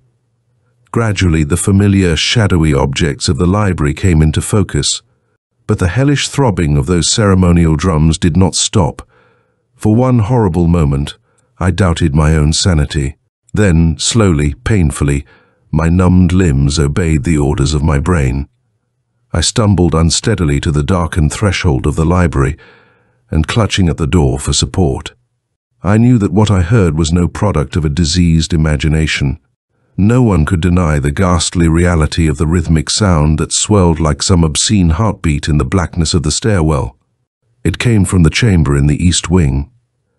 Even before my uncertain legs had carried me up the endless hill of the stair, I knew where I was going. With each step, the demoniac thrumming grew louder, crashing madly against the walls of the high, narrow corridor that led to the east wing. My lips were dry. Breath made a rasping sound in my throat. For an incalculable moment, I stood staring at the rust-coated padlock that hung open on the latch of that hateful, carven portal. The doorknob was cold in my clammy grasp. The heathen tattoo of the drums exploded like thunder against my eardrums as the door swung inward without a sound. My brother, seated cross-legged on the floor with his back to the door, was swathed in the folds of a scarlet cloak. It was his bloodless hands, stretched outward to the slimy skins of weirdly painted native tom-toms that beat out that hypnotic rhythm of the damned. In an ancient sacrificial brazier which stood between him and Gratia glowed the blue-white flame that was the only light in the room. With each turgid heart-throb of the drums, the tongue of fire hissed and flared to unholy brightness. And, in that eerie, pulsating luminescence, I saw the change that had come over Claude's bride. The pallid face that seemed to float in a phosphorescent nimbus was no longer that of Gratia Thane. The soft oval had grown suddenly angular, wan, dry skin stretched tautly over high cheekbones. The eyes I remembered as wide and innocent had sunken into shadow-tinged sockets and turned oddly bright and crafty. Her mouth was a thin, bloodless gash that curled bitterly at the corners. It was a face that tainted the virginal loveliness of her white-gowned body. And, even as I watched, the horrible change grew more and more profound.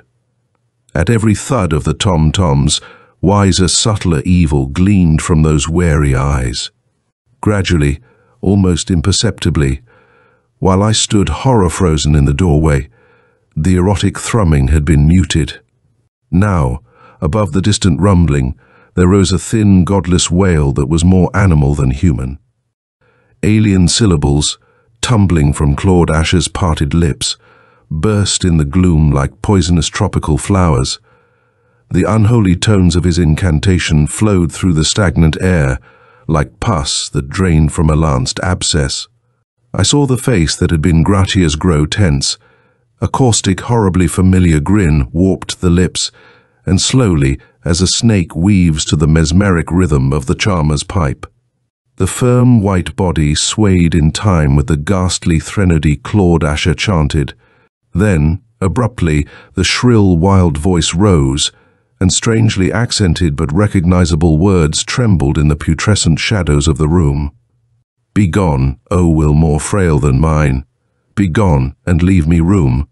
Gratia Thane is cast out, and this flesh belongs to me. Through these eyes shall I see, through these fingertips shall I feel.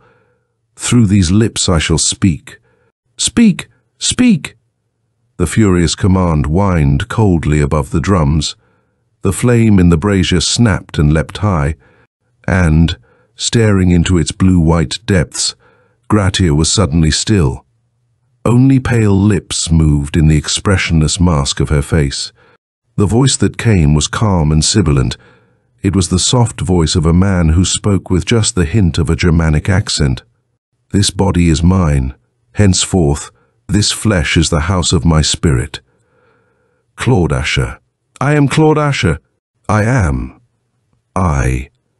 Gratia." Her name was an anguished cry in my fear-dried throat. "Claude." The bewildered murmur trembled on Gratia's lips. The hideous gauntness, the unhealthy eyeshadows had faded from her face, leaving it flushed and gentle.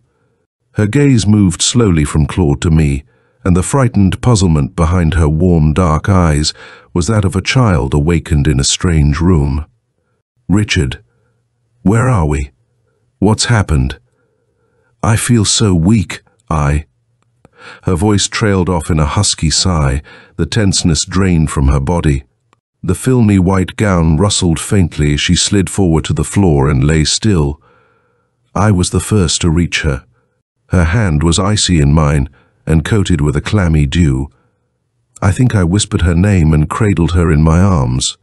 Then, I became conscious of the shadow that was Claude Ashur looming over us. "I'll take care of my wife, Richard." The familiar stony calm had returned to his voice. I stared up into the colorless mask that was his face. In the glow of the guttering brazier flame, it seemed to me that his pallid skin was spotted with faint brownish blotches. I said thickly, "We'd better get a doctor. She'll be all right. But she's only fainted, Claude said levelly. She needs rest. I'll take her to her room. As he passed me, the cool whiteness of Gratia's gown whispered against my hand. I listened to the funereal murmur of his tread moving away down the corridor. Bewildered fear shuddered within me at each breath I drew. I wanted a drink. I stood staring into the phosphorescent glow of the brazier.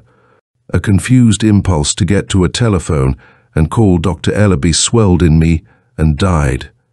I didn't move.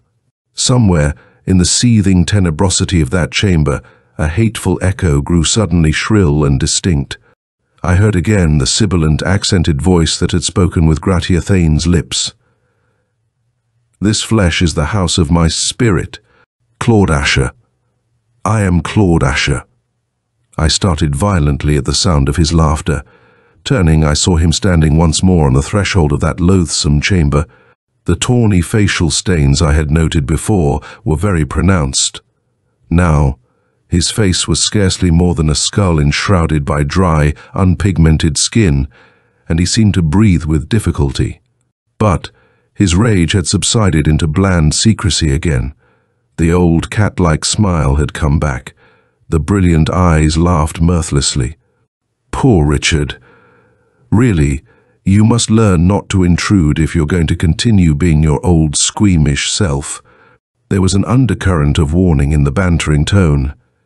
It stirred boiling coals of anger that seared across the chilled numbness of my terror. I had a fleeting vision of Gratia's weary, childlike face. Fury made my voice harsh. "What are you doing to her, Claude?" He didn't answer immediately.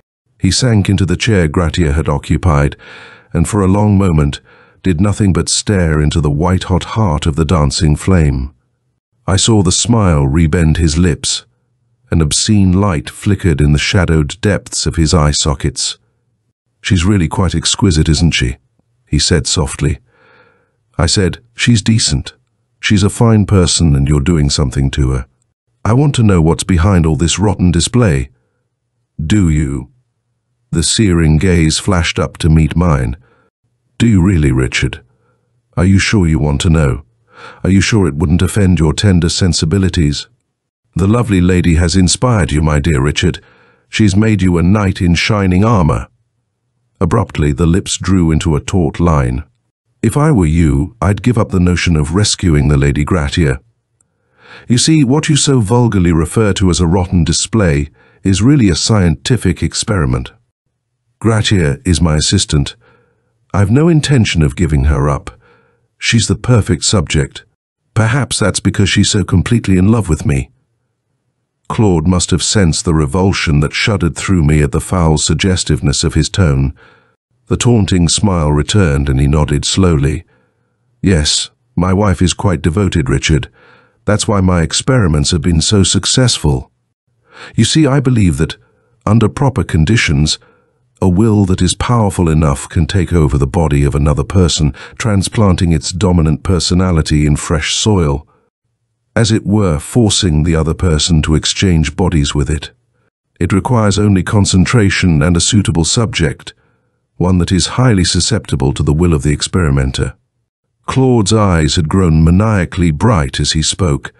Now he breathed each word as though it was some heathen incantation. "I found that subject." "You can't," I said dully. "You can't do this to Gratia. She's lovely. That's just the point." Claude's voice was a feverish whisper. "Lovely. She's the most beautiful creature I've ever seen. Think, Richard. Think what I could do with such loveliness. Think of a woman possessed of such beauty, and of my personality, my brain directing that beauty. A woman such as that could rule any man. 1,000,000 men, an empire, a world." I struggled to keep my voice level. "I tell you, you can't do it. I won't let you. I know your experiments. I know what they did to Father and Tam. Well, you're not going to hurt Gratia. Either you'll let her alone or I'll go to the police." "No, Richard," he said softly. "You won't go to the police. In a little while, you'll grow calm, you'll think. And then you'll realize the truth of what I told you about Gratia. She's entirely mine. She would never support any insane stories you might tell the authorities. On the contrary, if you should talk, she would readily agree with my testimony that you were quite mad. He went out, closing the door soundlessly behind him. Chapter 6. There was nothing I could do. Like an outsider, I stood by and watched, while Claude Ashur's malignant genius slowly, inevitably reclaimed Inniswich Priory. By the end of the first week, I had grown to feel like some helpless intruder who has stumbled upon unspeakable horror and dares do nothing but turn his back. My nerves were like the strings of a sensitive instrument, keyed to the breaking point. Day by day, I watched Gratia move through the gloom-infested hallways of the Priory. I saw the growing pallor of her gentle face. I saw the sickly fear that lurked behind the shallow mask of her eyes. Time and again, I set out upon walks that I meant to end in the local constabulary, but I could never escape the horrible rationality of Claude's warning. In the night, I would start awake, trembling on the brink of mad rage, as the pulsing of drums thundered through the cavern of the house. Always, after such nights, there was a marked improvement, a new vitality in my brother, and Gratia seemed more wan, more silent than ever. I knew that the girl who drifted, wraith-like, from room to room, smiling obediently, adoringly at Claude, was not the real Gratia. I was convinced that she was controlled, that her voiceless devotion to Claude was a manifestation of some hideous form of mesmerism. But I had no way of proving my theory. It is probable that I should never have known the real Gratia Thane, had it not been for the fever. It came upon Claude quite suddenly toward the middle of the third week. The day had been overcast and unpleasantly cold. A sea dampness had seeped into the massive priory rooms, settling upon them a chill that no fire could dispel. Claude had spent the afternoon locked in his east wing chamber, and when he appeared for dinner, it occurred to me that his wan face was tinted with an unwanted flush. His eyes were red-rimmed and oddly ill at ease when they chanced to meet mine. More than once during the oppressive silent course of the meal, I saw Gratia's worried gaze seeking his. He didn't look at her. Directly after dinner, he retired. It was well past midnight before I drifted into a fitful doze. For hours, I had puzzled over the strange silence of my brother. Since that first night of his return, the evil in Claude had grown into a bold, bantering thing that throve on barbed innuendo and secret, poisonous laughter. I wondered what had caused the change. The answer came in the form of a misty presence that floated at my bedside, like some troubled spirit. I think I must have cried out at the touch of a cool hand on my arm, for soft fingertips pressed warningly against my lips. Breathing heavily, I stared up into the moon-washed loveliness of Gratia Thane's face. "Richard!" There was a timid urgency in her throaty whisper. "Richard, you must come. I'm afraid. She fought to still the trembling of her lips. "It's Claude." I heard him moaning. "It was horrible. He's in his bedroom, and he won't let me in. I'm afraid, Richard. He's ill. I feel it. We've got to do something for him." As I watched the wide darkness of Gratia's eyes, heard the mixture of anxiety and terror that throbbed in her voice, an odd thrill of hope shot through me. The girl who stood by my bed in that moment was no longer the will-less automaton I had come to know. For the first time since I'd met her, Gratia Thane was honestly, tremblingly alive. Her palm was moist against mine as we made our way through the Cimmerian blackness of the upper hall. I cannot say how long we stood before the door of Claude's bedchamber, listening and scarcely breathing. I can only remember the sudden, terrified vice of her fingers on mine, when from beyond the heavy oaken panels there came a muted, agonized groan. I clutched the icy metal latch and twisted it sharply, throwing the ponderous door ajar. The wild howl that rent the stillness then was not one of pain, it was the vicious snarl of an outraged animal. For one terrible instant I beheld, thrown into ghastly relief upon Claude's bedstead, the fever-bright eyes, the blotched skin, the raw scar of a mouth that had uttered that fury-torn cry. I heard Gratia gasp. Then, violently, Claude Ashur turned from us, twisting in the bed until we could see nothing but the frail mound of his body beneath the covers. "Get out. Get out of this room and stay out. Claude, you're ill. You've got to let us help you." Gratia took a hesitant forward step. "Stay away from me," the voice commanded in a harsh whisper. "I told you not to come in here. I want to be left alone." I said levelly, "You'd better let me call Ellaby, Claude." "No, I don't need a doctor. I don't need anyone. It's nothing, I tell you. Just a recurrence of a fever I had in the tropics. It'll pass. Just leave me alone." Alone. It was no different in the morning. Despite his wife's repeated entreaties, Claude stubbornly refused to let anyone enter his room. I stood by, silent, listening while Gratia begged him to be reasonable to call in a doctor. He spoke only once in a quiet, desperate voice. He instructed her to have his food left on trays outside the door. He told her everything would be quite all right in a few days. After that, there was no answer to Gratia's anxious pleadings. There was only an occasional soft rustling beyond the bolted door, and the nauseous odor of putrefaction that seemed to grow more foul by the minute. As he always had, Claude Ashur won. We left him alone.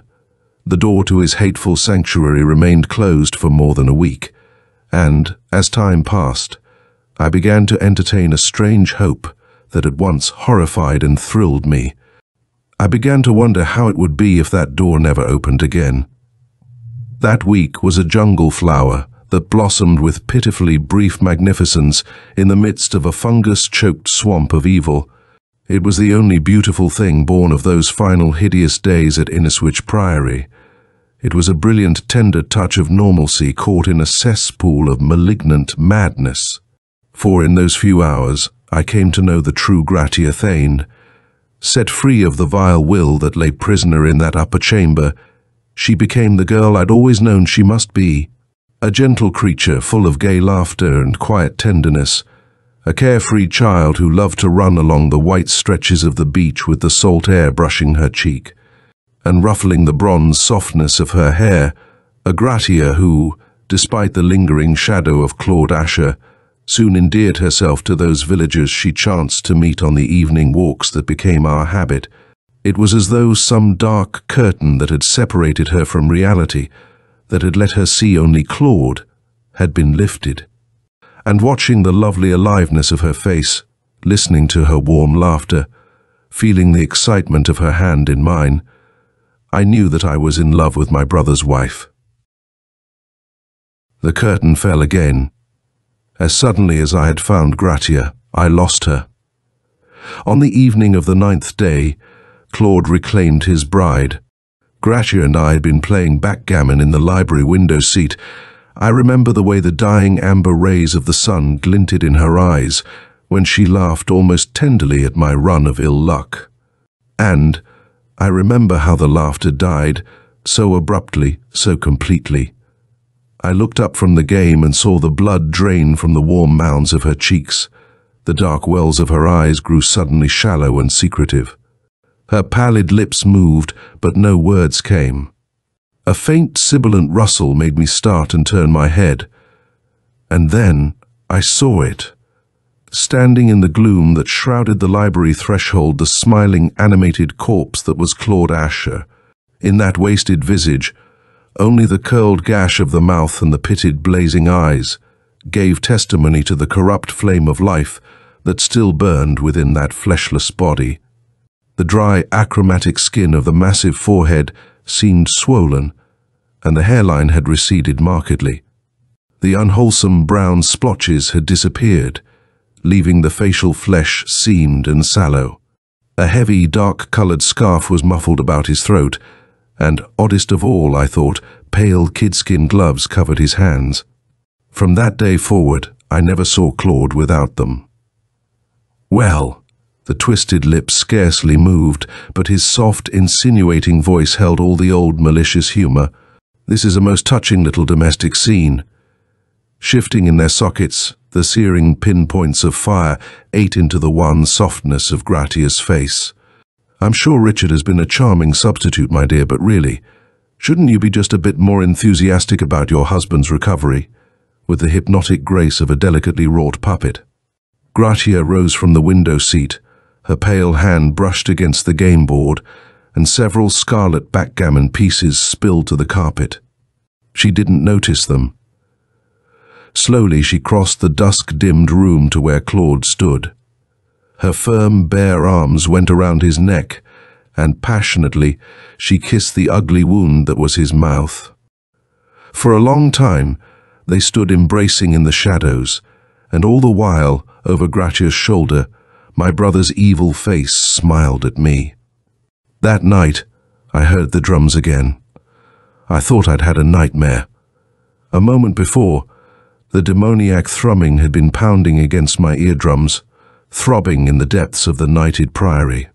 But when I started up from my sweaty pillow, peering into the dark that swarmed in upon me, abruptly, the sound was gone. I sat forward, taut and waiting. The silence was profound, limitless, the silence of the tomb. It was as though some titanic heartbeat had been suddenly stilled. I tried to relax. I passed a clammy hand over my forehead and attempted a laugh. There was nothing but a dry rasping in my throat. Determinedly, I lay back. I told myself I was letting my nerves get the better of me. It didn't work. The longer I lay there, forcing my icy hands to stillness, listening tensely to every silken, uncertain whisper of the night, the more conscious I became of the call of impending danger that had spread its slimy veil over Inniswich Priory. The silence was unnatural. It was the seething quietness of the demented killer before he strikes. Cursing my nerves, I threw back the counterpane and struggled into robe and slippers. Clammy air swirled about my bare ankles as I opened the bedroom door and ventured warily into the Stygian gloom of the corridor. Instinctively, I turned in the direction of the east wing.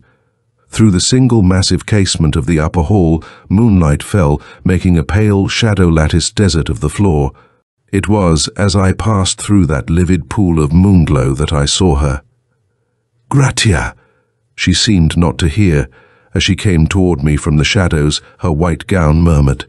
It was like the warning hiss of a poisonous snake. I stared at the hueless angularity of her wasted face. The deep-set eyes burned into mine, and the narrow slit that was her mouth twisted in a sardonic smile. Her tongue, pink and strangely pointed, flicked out to moisten dry lips. The mouth worked. "Kill!" it whispered in the accented, venomous voice that didn't belong to Gratia Thane. "I must kill. It's the only way. The sure way. He could cause trouble. It's best this way. Yes, he must be destroyed. Killed. Kill! Kill! Kill!" I caught her waist as a knife slashed downward toward my chest. Razor-edged steel grazed my left cheek. I felt blood trickle along my jaw. It wasn't easy to hold her. She struggled with a vicious strength that was out of keeping with the fragility of her body, with the power of a desperate madman. The colorless lips curled back from her teeth. "You!" she hissed. "I must kill you. Kill. Destroy. Silence forever." "Gratia," I shook her violently. "Stop it. You hear me? Cut it out." There was the flat, brutal slap of my hand across her hysteria-twisted face, and suddenly she was still. Insane anger melted into bewilderment. Her eyes widened and gained warmth and depth. The shadows faded. Gratia's lips, pink and moist, trembled. For an instant she could only stare. Her terrified gaze moved from the flesh wound of my face to the glinting blade of the knife she still held. She gasped. I saw her fingers open convulsively. The knife thudded to the floor. Again, our eyes met, and then she was in my arms. Richard. Rick. I didn't mean to. I didn't know what I was doing. He made me. It was the drums. And his voice. Here in my head. The fresh perfume of her hair was in my nostrils, her cheek brushed mine. Gently she was wiping the blood from my face with the sleeve of her gown. "It's all right," I murmured. "It's all right now." I held her close again. Her body was trembling. She cried. It was the soft, bewildering cry of a little girl. "I'm scared. Rick, I'm so scared. He's doing something to me." "He's..." She shook her head frantically and clung to me. "Don't let him. Please. You won't let him. Promise you won't let him." "No." My voice sounded flat and hard in my own ears. "He won't hurt you. He won't hurt you ever again." The triumph of true love. Bitter, weighted with sarcasm, the softly spoken words seemed to tear Gratia from my arms. Standing on the edge of the shadows, his eyes slitted in their blue-black wells, the desiccated flesh of his face more livid than ever in the moonlight, Claude Ashur laughed. "You can't have her. You know that, don't you, Richard? I've tried to be patient with you, but I'm afraid you've interfered once too often. You see, Gratia is more than a woman and wife to me. She's my very life, my one hope of survival.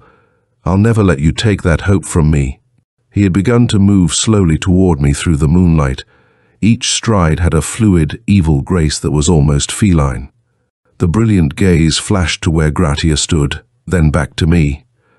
Again, briefly, that loathsome smile toyed with the corners of his mouth. "You don't quite understand, do you, my dear brother? You're wondering how Gratia could be my sole hope of survival. No matter.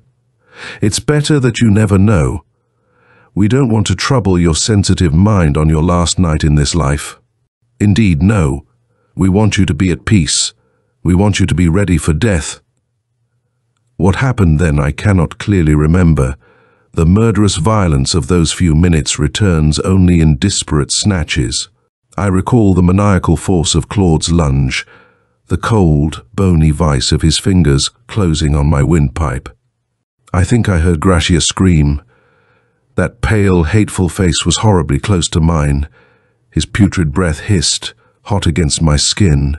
I remember crashing backward under the impact of his charge. Darkness and moonlight spun in my head. I thought my lungs would burst. Then, by some desperate, instinctive twist of the body, I was free. Wind rasped in my chest. I had Claude crushed between me and the damp stone wall. My fingers clamped in his hair, jolting his head forward and back viciously. When his skull pounded against the stone for the third time, his frenzied grasp relaxed.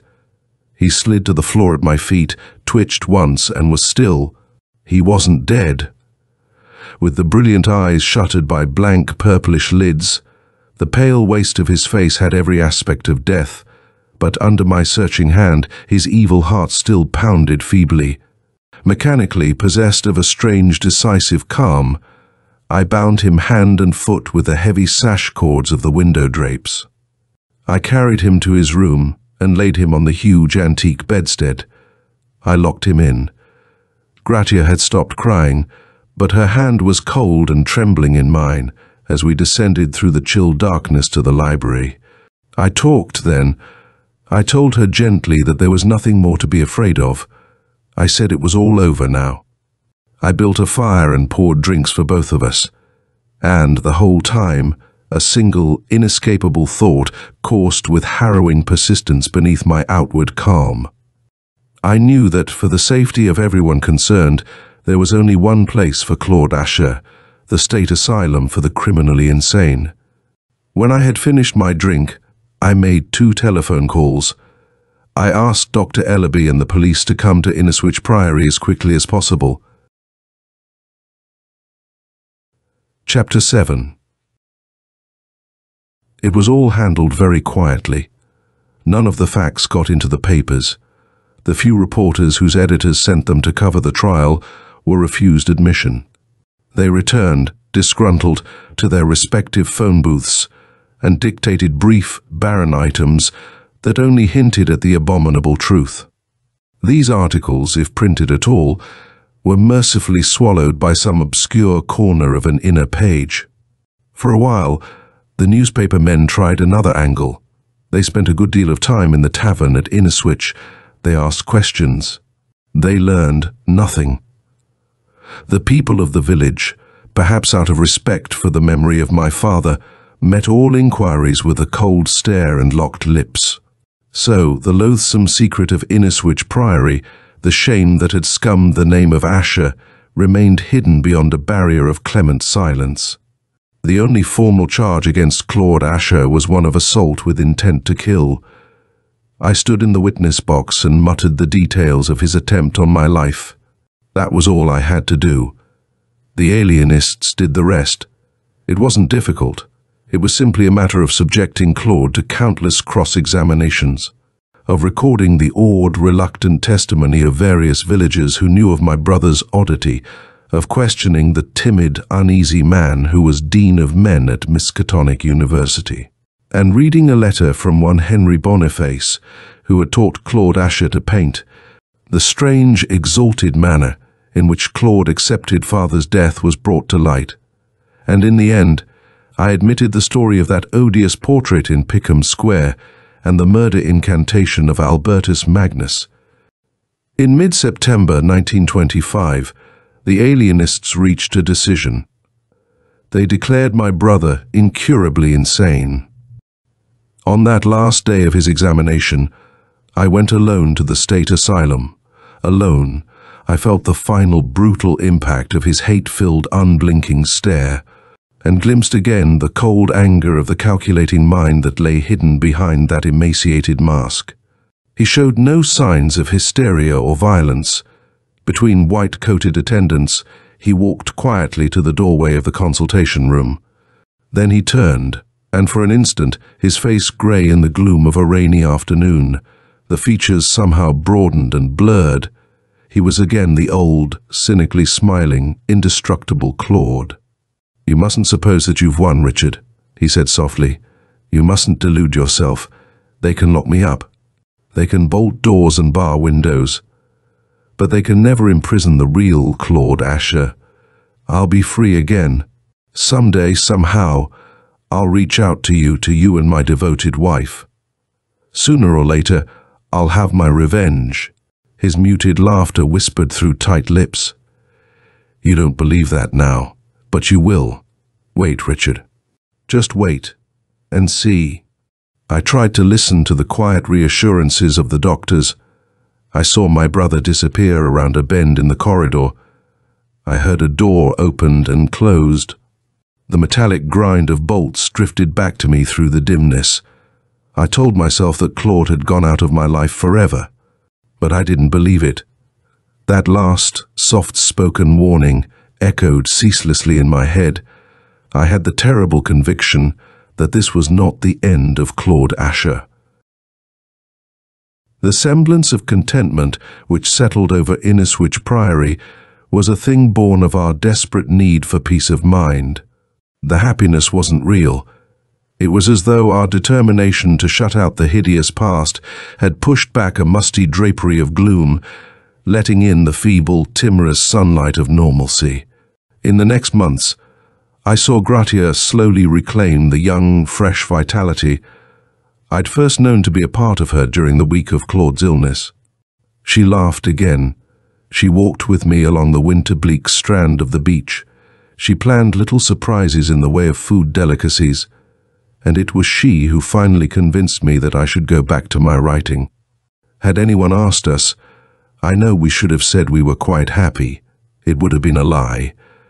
I wrote, but the several literary articles I managed were somehow weak. They lacked spontaneity. The prose was stunted and overcast with a strange uneasiness.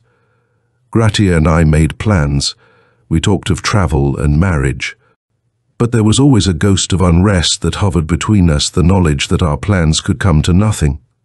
The realization that while that twisted, hateful creature in the asylum went on drawing the breath of life, Gratia would never be free. We were like lonely children, playing desperately at some pitiful game, trying to ignore the horror-infested night that closed slowly in on every side. It is difficult to trace the stages by which the change overtook me. I think it began with an unwanted restlessness that laid siege to my mind scant days after Claude had been committed to the asylum. I took to wandering, alone, along the most desolate, brine-eaten stretches of the coast. A seething uneasiness pounded mercilessly in my brain. There were horrible moments of blank detachment, moments when a wild exhilaration crawled along my spine, and I would prowl the nigh-dark labyrinths of the Priory, full of a sense of illimitable power. More than once I came to myself, damp with sweat, chilled, standing before that carven door in the east wing, the door leading to the hellish tomb that housed everything that stood for the blasphemous evil of Claude Ashur. Then, as suddenly as it had come, the moment would pass, and shaken, bewildered, I would fall across my bed, sinking into a deep, restless sleep. I never mentioned those horrible nocturnal seizures to Gratia, and yet there were times when her eyes met mine, and I saw the half-fearful question that lurked behind her gentle gaze. She sensed that something was wrong. Her unspoken suspicions became a hideous reality the night I played the piano. As I crossed the room and sat down on the oval bench, I told myself music might have a soothing effect on my nerves. It was only a rationalization of the sudden, inordinately passionate desire to play that had overwhelmed me. The yellowing keys were cold and slimy to the touch. My fingers moved over them with a grace, a sense of ease I had never known before. The saccharine melancholy of a Chopin nocturne billowed into the twilit room, thrumming bass notes pulsed darkly against my hypersensitive eardrums. Then, abruptly, the music was no longer Chopin's. The pounding, demented chords that trembled under my feverish touch grew cruel and malignant. Through the drumming of the bass, treble notes blended wildly into the unholy wailing of myriad lost souls. Godless rhythm crashed against shadows that writhed obscenely, keeping time.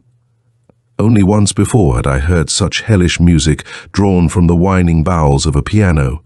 The song that shrilled beneath my fingers now was the chant of the damned that Gratia had played for Claude Ashur. I knew she was behind me. My nostrils quivered tautly, the scent of her hair and skin seemed to permeate the very air of the room. My fingers stiffened and were still. The final broken wail of the music lashed out, hung like some poisonous vapor in the stillness, and died. I turned slowly on the bench, and then rose. Her sports dress was a vivid yellow blur in the dusk-shadowed doorway. Her face, the soft fullness of her lips, the ripe body that was at once chaste and subtly sensual, wavered before my burning eyes. I was before her now, and my hand touched the warm firmness of her arm. The smile that had trembled on her lips a moment before shadowed away. Her eyes were suddenly bright with fear. I think I smiled. I felt my lips curl slowly, stiffly. My tongue moved, and from some vast nothingness, a voice that wasn't mine spoke through my mouth. "Gratia, my dear, my bride, my beloved." Sheer, hysterical terror twisted her face as I bent to kiss her. She tore free of my hand and cringed against the wall. The words tumbled, shrill and frantically pleading, from her colorless lips. "No, let me alone. No, please, you have got to let me alone." Somewhere, in an obscure corner of my brain, there was a sharp snapping sound. The stinging blur of my eyes seemed to clear abruptly, and for the first time, I actually saw the utter loathing and fear that warped Gratia's face. I felt weak. Sweat trickled along my jaw and down my neck. Fear-fraught bewilderment did tricks with my stomach. I stared helplessly at the frail creature who cowered before me, her hands covering her face. My throat was terribly dry. It made words difficult. "What is it? Gratia, what have I done?" "What?" I stopped short. She had taken her hands from before her eyes. For a long moment she only stared, puzzled, terrified. Then she was in my arms, crying gently. There was a strange note of relief in the sobs that quivered through her warm body. My dull puzzlement deepened. "What is it?" I repeated softly. "What frightened you so?" "Nothing." She shook her head and a tinkle of brittle, half-hysterical laughter sounded in her throat. "Forgive me, darling. I had the oddest feeling just then. It must have been the music. His music. And your face. It was so pale the way you smiled at me. That crooked, rotten smile. The laughter bubbled again and broke on a sob. "It's fantastic, I know, but for a minute, I thought you were Claude." Chapter 8. I had not slept. The fire on my bedroom hearth had long since died to a few blood-red embers, and well after midnight, the storm that had threatened all day had broken viciously over Inniswich. I sat very still, strangely tense, listening, and the muttering of the sea echoed mockingly the tones of Gratia Thane. "Thought you were Claude. I thought you were Claude, Claude, Claude." Chilled, trembling, I sprang to my feet and paced the floor aimlessly. Lightning slit the blackness beyond my casement. I started and swore. My hand shook when I opened a fresh bottle of rye and poured a stiff one. I sank into the chair again, trying to shut out the maddening chant of the surf. Time and again, in the last night, shadowed hours, I had done all these things. But I had not slept. I was not dreaming when I heard the drums. And then, in some forgotten crevice of my consciousness, the unconquerable danger signal flashed redly. "No," the brain screamed, soundlessly. "Don't. You can't give in. You can't let Claude win. Return, you must return. To yourself, to your own body. You must." I felt my numb lips twisting in an agonized last effort at speech. "No." My own voice roared hoarsely above the drums. "No, go back, I must go back, must." With a tremendous effort I forced myself to stand. My legs were like jelly under me. I don't remember how I managed to stumble through the foul-smelling gloom. I remember only the door, the yawning black rectangle of that final hope of escape, and that the hissing tongue of the flames seemed to leap higher in the brazier, stretching forth cruel, blazing fingers to hold me back. I had almost reached the threshold when it happened. The dull, throbbing sound stabbed like a needle through my brain. The drums. I staggered and slammed into the doorjamb. Leaden paralysis tangled my legs. I lurched crazily and slid to the floor. I tried to scream. It was no good. Voiceless, I careened downward through a bottomless pit of hate. And, out of the black, viscid whirlpool that swallowed me, Claude Ashur's voice wailed softly. "Mine, Richard. I tell you, this flesh is mine. I have returned. I've come back to claim my freedom, freedom in the body that once was yours. You hear? I shall be free, and you shall be the entombed one. You, my dear brother, you." Babbling laughter echoed spitefully through the smothering night that welled up before my eyes. With a last frantic effort, I tried to gain my feet, then, gasping for breath, pitched forward and lay there, utterly powerless. Through all of it, as though from some tremendous distance, some other moment of time, Claude Ashur's muted, cynical voice hissed in my ears. "You see, Richard, it wasn't hard. It wasn't hard at all. This body is mine now. You hear? Mine. Directed by my brain, thinking my thoughts, speaking my words, doing the bidding of my will." The blasphemous words dribbled off into whining laughter that echoed mockingly and died along the sterile stillness of endless corridors.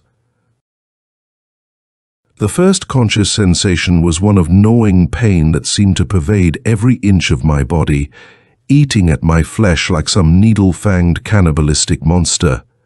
With an exhausting effort I opened my eyes. The lids felt oddly swollen, and I saw only mistily through narrow slits. The whiteness wavered before me again. I made out a whitewashed ceiling and tall, colorless walls. Pallid moonlight slanted through a window on my right. I blinked and tried to bring the ghostly rectangle of the casement into better focus. Then, the razor-edged knife of terror sliced into my brain. The moonlight that seeped into that barren chamber was cut into segments by shadowy stripes. The window was reinforced with steel bars. A dry scream tore through my stiff, swollen lips. No, these weren't my legs, these horrible bony stilts that stretched before me, the pale skin of them bloated and desiccated, covered with suppurating brown sores. Frantically, I tore at the nightshirt that cloaked me, and then turned violently sick. The white flesh was raw and running, as though myriad maggots had fed upon it. A foul, noisome stench stung my nostrils. Madly whimpering, I rose and staggered to the barred casement. I think I prayed. I know I was crying. And then, reflected in a window glass made opaque by outer darkness, I saw the moon-washed horror of the face. The thing that stared at me from the viscid depths of the casement pane was more bestial than human. Its tremendous white forehead was swollen beyond all proportion, the thickened nose, scarred by two gaping holes of nostrils, was like nothing but the snout of a leonine animal, and below it quivered a slavering, decayed gash that was the mouth. Sunken in the blue-black sockets, twin pin dots of demented flame flashed evilly. There were no eyebrows, and the sweat damp. Straggling patches of hair that studded a sore-covered scalp gave it the aspect of some monstrous Medusa risen from the bowels of the sea. And even as I watched, strangled with loathing, those corrupt lips curled slowly in a malevolent grin, and I knew that the thing before me, wreathed in that vicious smile of insane triumph, was the face of Claude. Ashur! I think I screamed. Realization flooded in upon me like a rising slimy tide.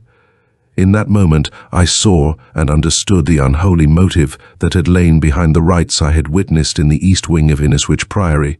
I knew now why my brother had wanted the body of Gratia Thane. I knew that the added power he might have gained through her beauty was only incidental. Claude Ashur had needed a new body, for the flesh in which his spirit had been housed since birth was riddled with disease, tottering on the brink of the grave. The normal, healthy body of his wife had been his only hope of survival. He had wanted it in exchange for the putrescent thing I saw now in the mirror of the window. And, when I had destroyed his hope of claiming Gratia's body, he had claimed mine instead, reeling blindly to the steel-plated door. I pounded frantically at its heavy panels until the sickening pulp of those rotten hands bled. I felt these stiff lips working. I heard a voice that wasn't mine screaming from this diseased alien throat. Words crashed wildly against the nighted stillness of the asylum. My brother, Claude, find Claude. My body. I tell you, he's stolen my body. He's won. He's free. You've got to find him. He'll destroy Gratia. He'll claim her as he did me. Please, you've got to let me out. I've got to stop him. Please. They came. They came in their white tunics and shook their heads and talked in pitying undertones. They smiled kind, wise smiles that said, "The poor devil is completely mad. Humor him." They strapped me to the bed and went off a bit to whisper among themselves. After a while, the grey-haired one came over to me. He had the hypodermic in his right hand. I winced as the needle plunged into the crook of my arm. The grey-haired one spoke in a lulling voice. "You must take things more calmly, Claude. Everything is all right, but you're ill, and you must let us make you well." He smiled automatically. "You've been a very naughty boy for nearly a month now. That's why we must use the needle. I've told you many times. You must try to remember, Claude. Your brother Richard left the country nearly a week ago." I shook my head dully. My tongue worked in the foul-tasting hole that was my mouth. "Gratia?" I gasped. Where's Gratia?" The grey-haired one looked away. The blurred white figures of the other doctors shifted on uneasy feet and mumbled sympathetically. The hypo was beginning to take effect. The voices were only a thick murmur in my brain now. The grey-haired doctor was trying to explain something to me in the same calm tones. The words didn't reach me, but I knew what he was saying. Soft, triumphant laughter gurgled bitterly in the white void, and I knew that wherever my brother had gone, Gratia had gone with him. I knew that Claude Ashur had won. There is no longer any fear in me. Fear died with the hope of saving Gratia. I know now that I could never have won out against the infernal evil of Claude Ashur. He was, and is, too strong for all of us. I know that at this moment, somewhere, his foul mind lives on. Perhaps he has destroyed Gratia, as he destroyed me. Often I wonder how many others have met the same monstrous fate. God only knows. But we, at least, are at rest. The destroyed have come to an end of horror. There is nothing left for us to do but give warning. People will read this and scoff. They will call it the wild scrawling of a madman on the crumbling lip of the grave. They will laugh. But it will be a nervous, sickly laughter that doesn't ring true. For in the end, when they have correlated the things I have told with the accepted facts, they will know that I am right. Claude Ashur will go on. For, strangely enough, insane as he is, I think perhaps he has captured the vagrant dream of every man, the only true immortality. The immortality of the mind that will not be imprisoned in one fleshly tomb, but will find others, and somehow forever escape the ravages of disease, the oblivion of the grave. It is ironic and cruel that such a man should have made the discovery. But it is more than just that. It is dangerous. Not to me, not to Gratia and the others who have fought with Claude and lost. Nothing can touch us now, but Claude Ashur can touch you. Perhaps, even now, he is near you. Perhaps he speaks with the lips of a lover, or watches through the eyes of an old and trusted friend, smiling that ancient, enigmatic smile. Laugh, if you will, but remember, the will of Claude Ashur is possessed of a strength that goes beyond flesh and blood. One by one, it has met and vanquished every obstacle in his path. Before it, even death has bowed a humbled head, and what it could not conquer, it has destroyed. If you doubt such power, you have only to think of me. It was that unholy strength of will that usurped my clean, healthy body and left me entombed in this swollen, putrescent mass of flesh that has been rotting these 20 years with leprosy. End of The Will of Claude Ashur by C Hall Thompson. This is the end of the story. Tell us what you think in the comments section. Please subscribe and ring the notification bell so you'll be the first to know when we release new content. If you want to support us, consider joining our channel membership. You will get instant early access to more than 100 stories before their release.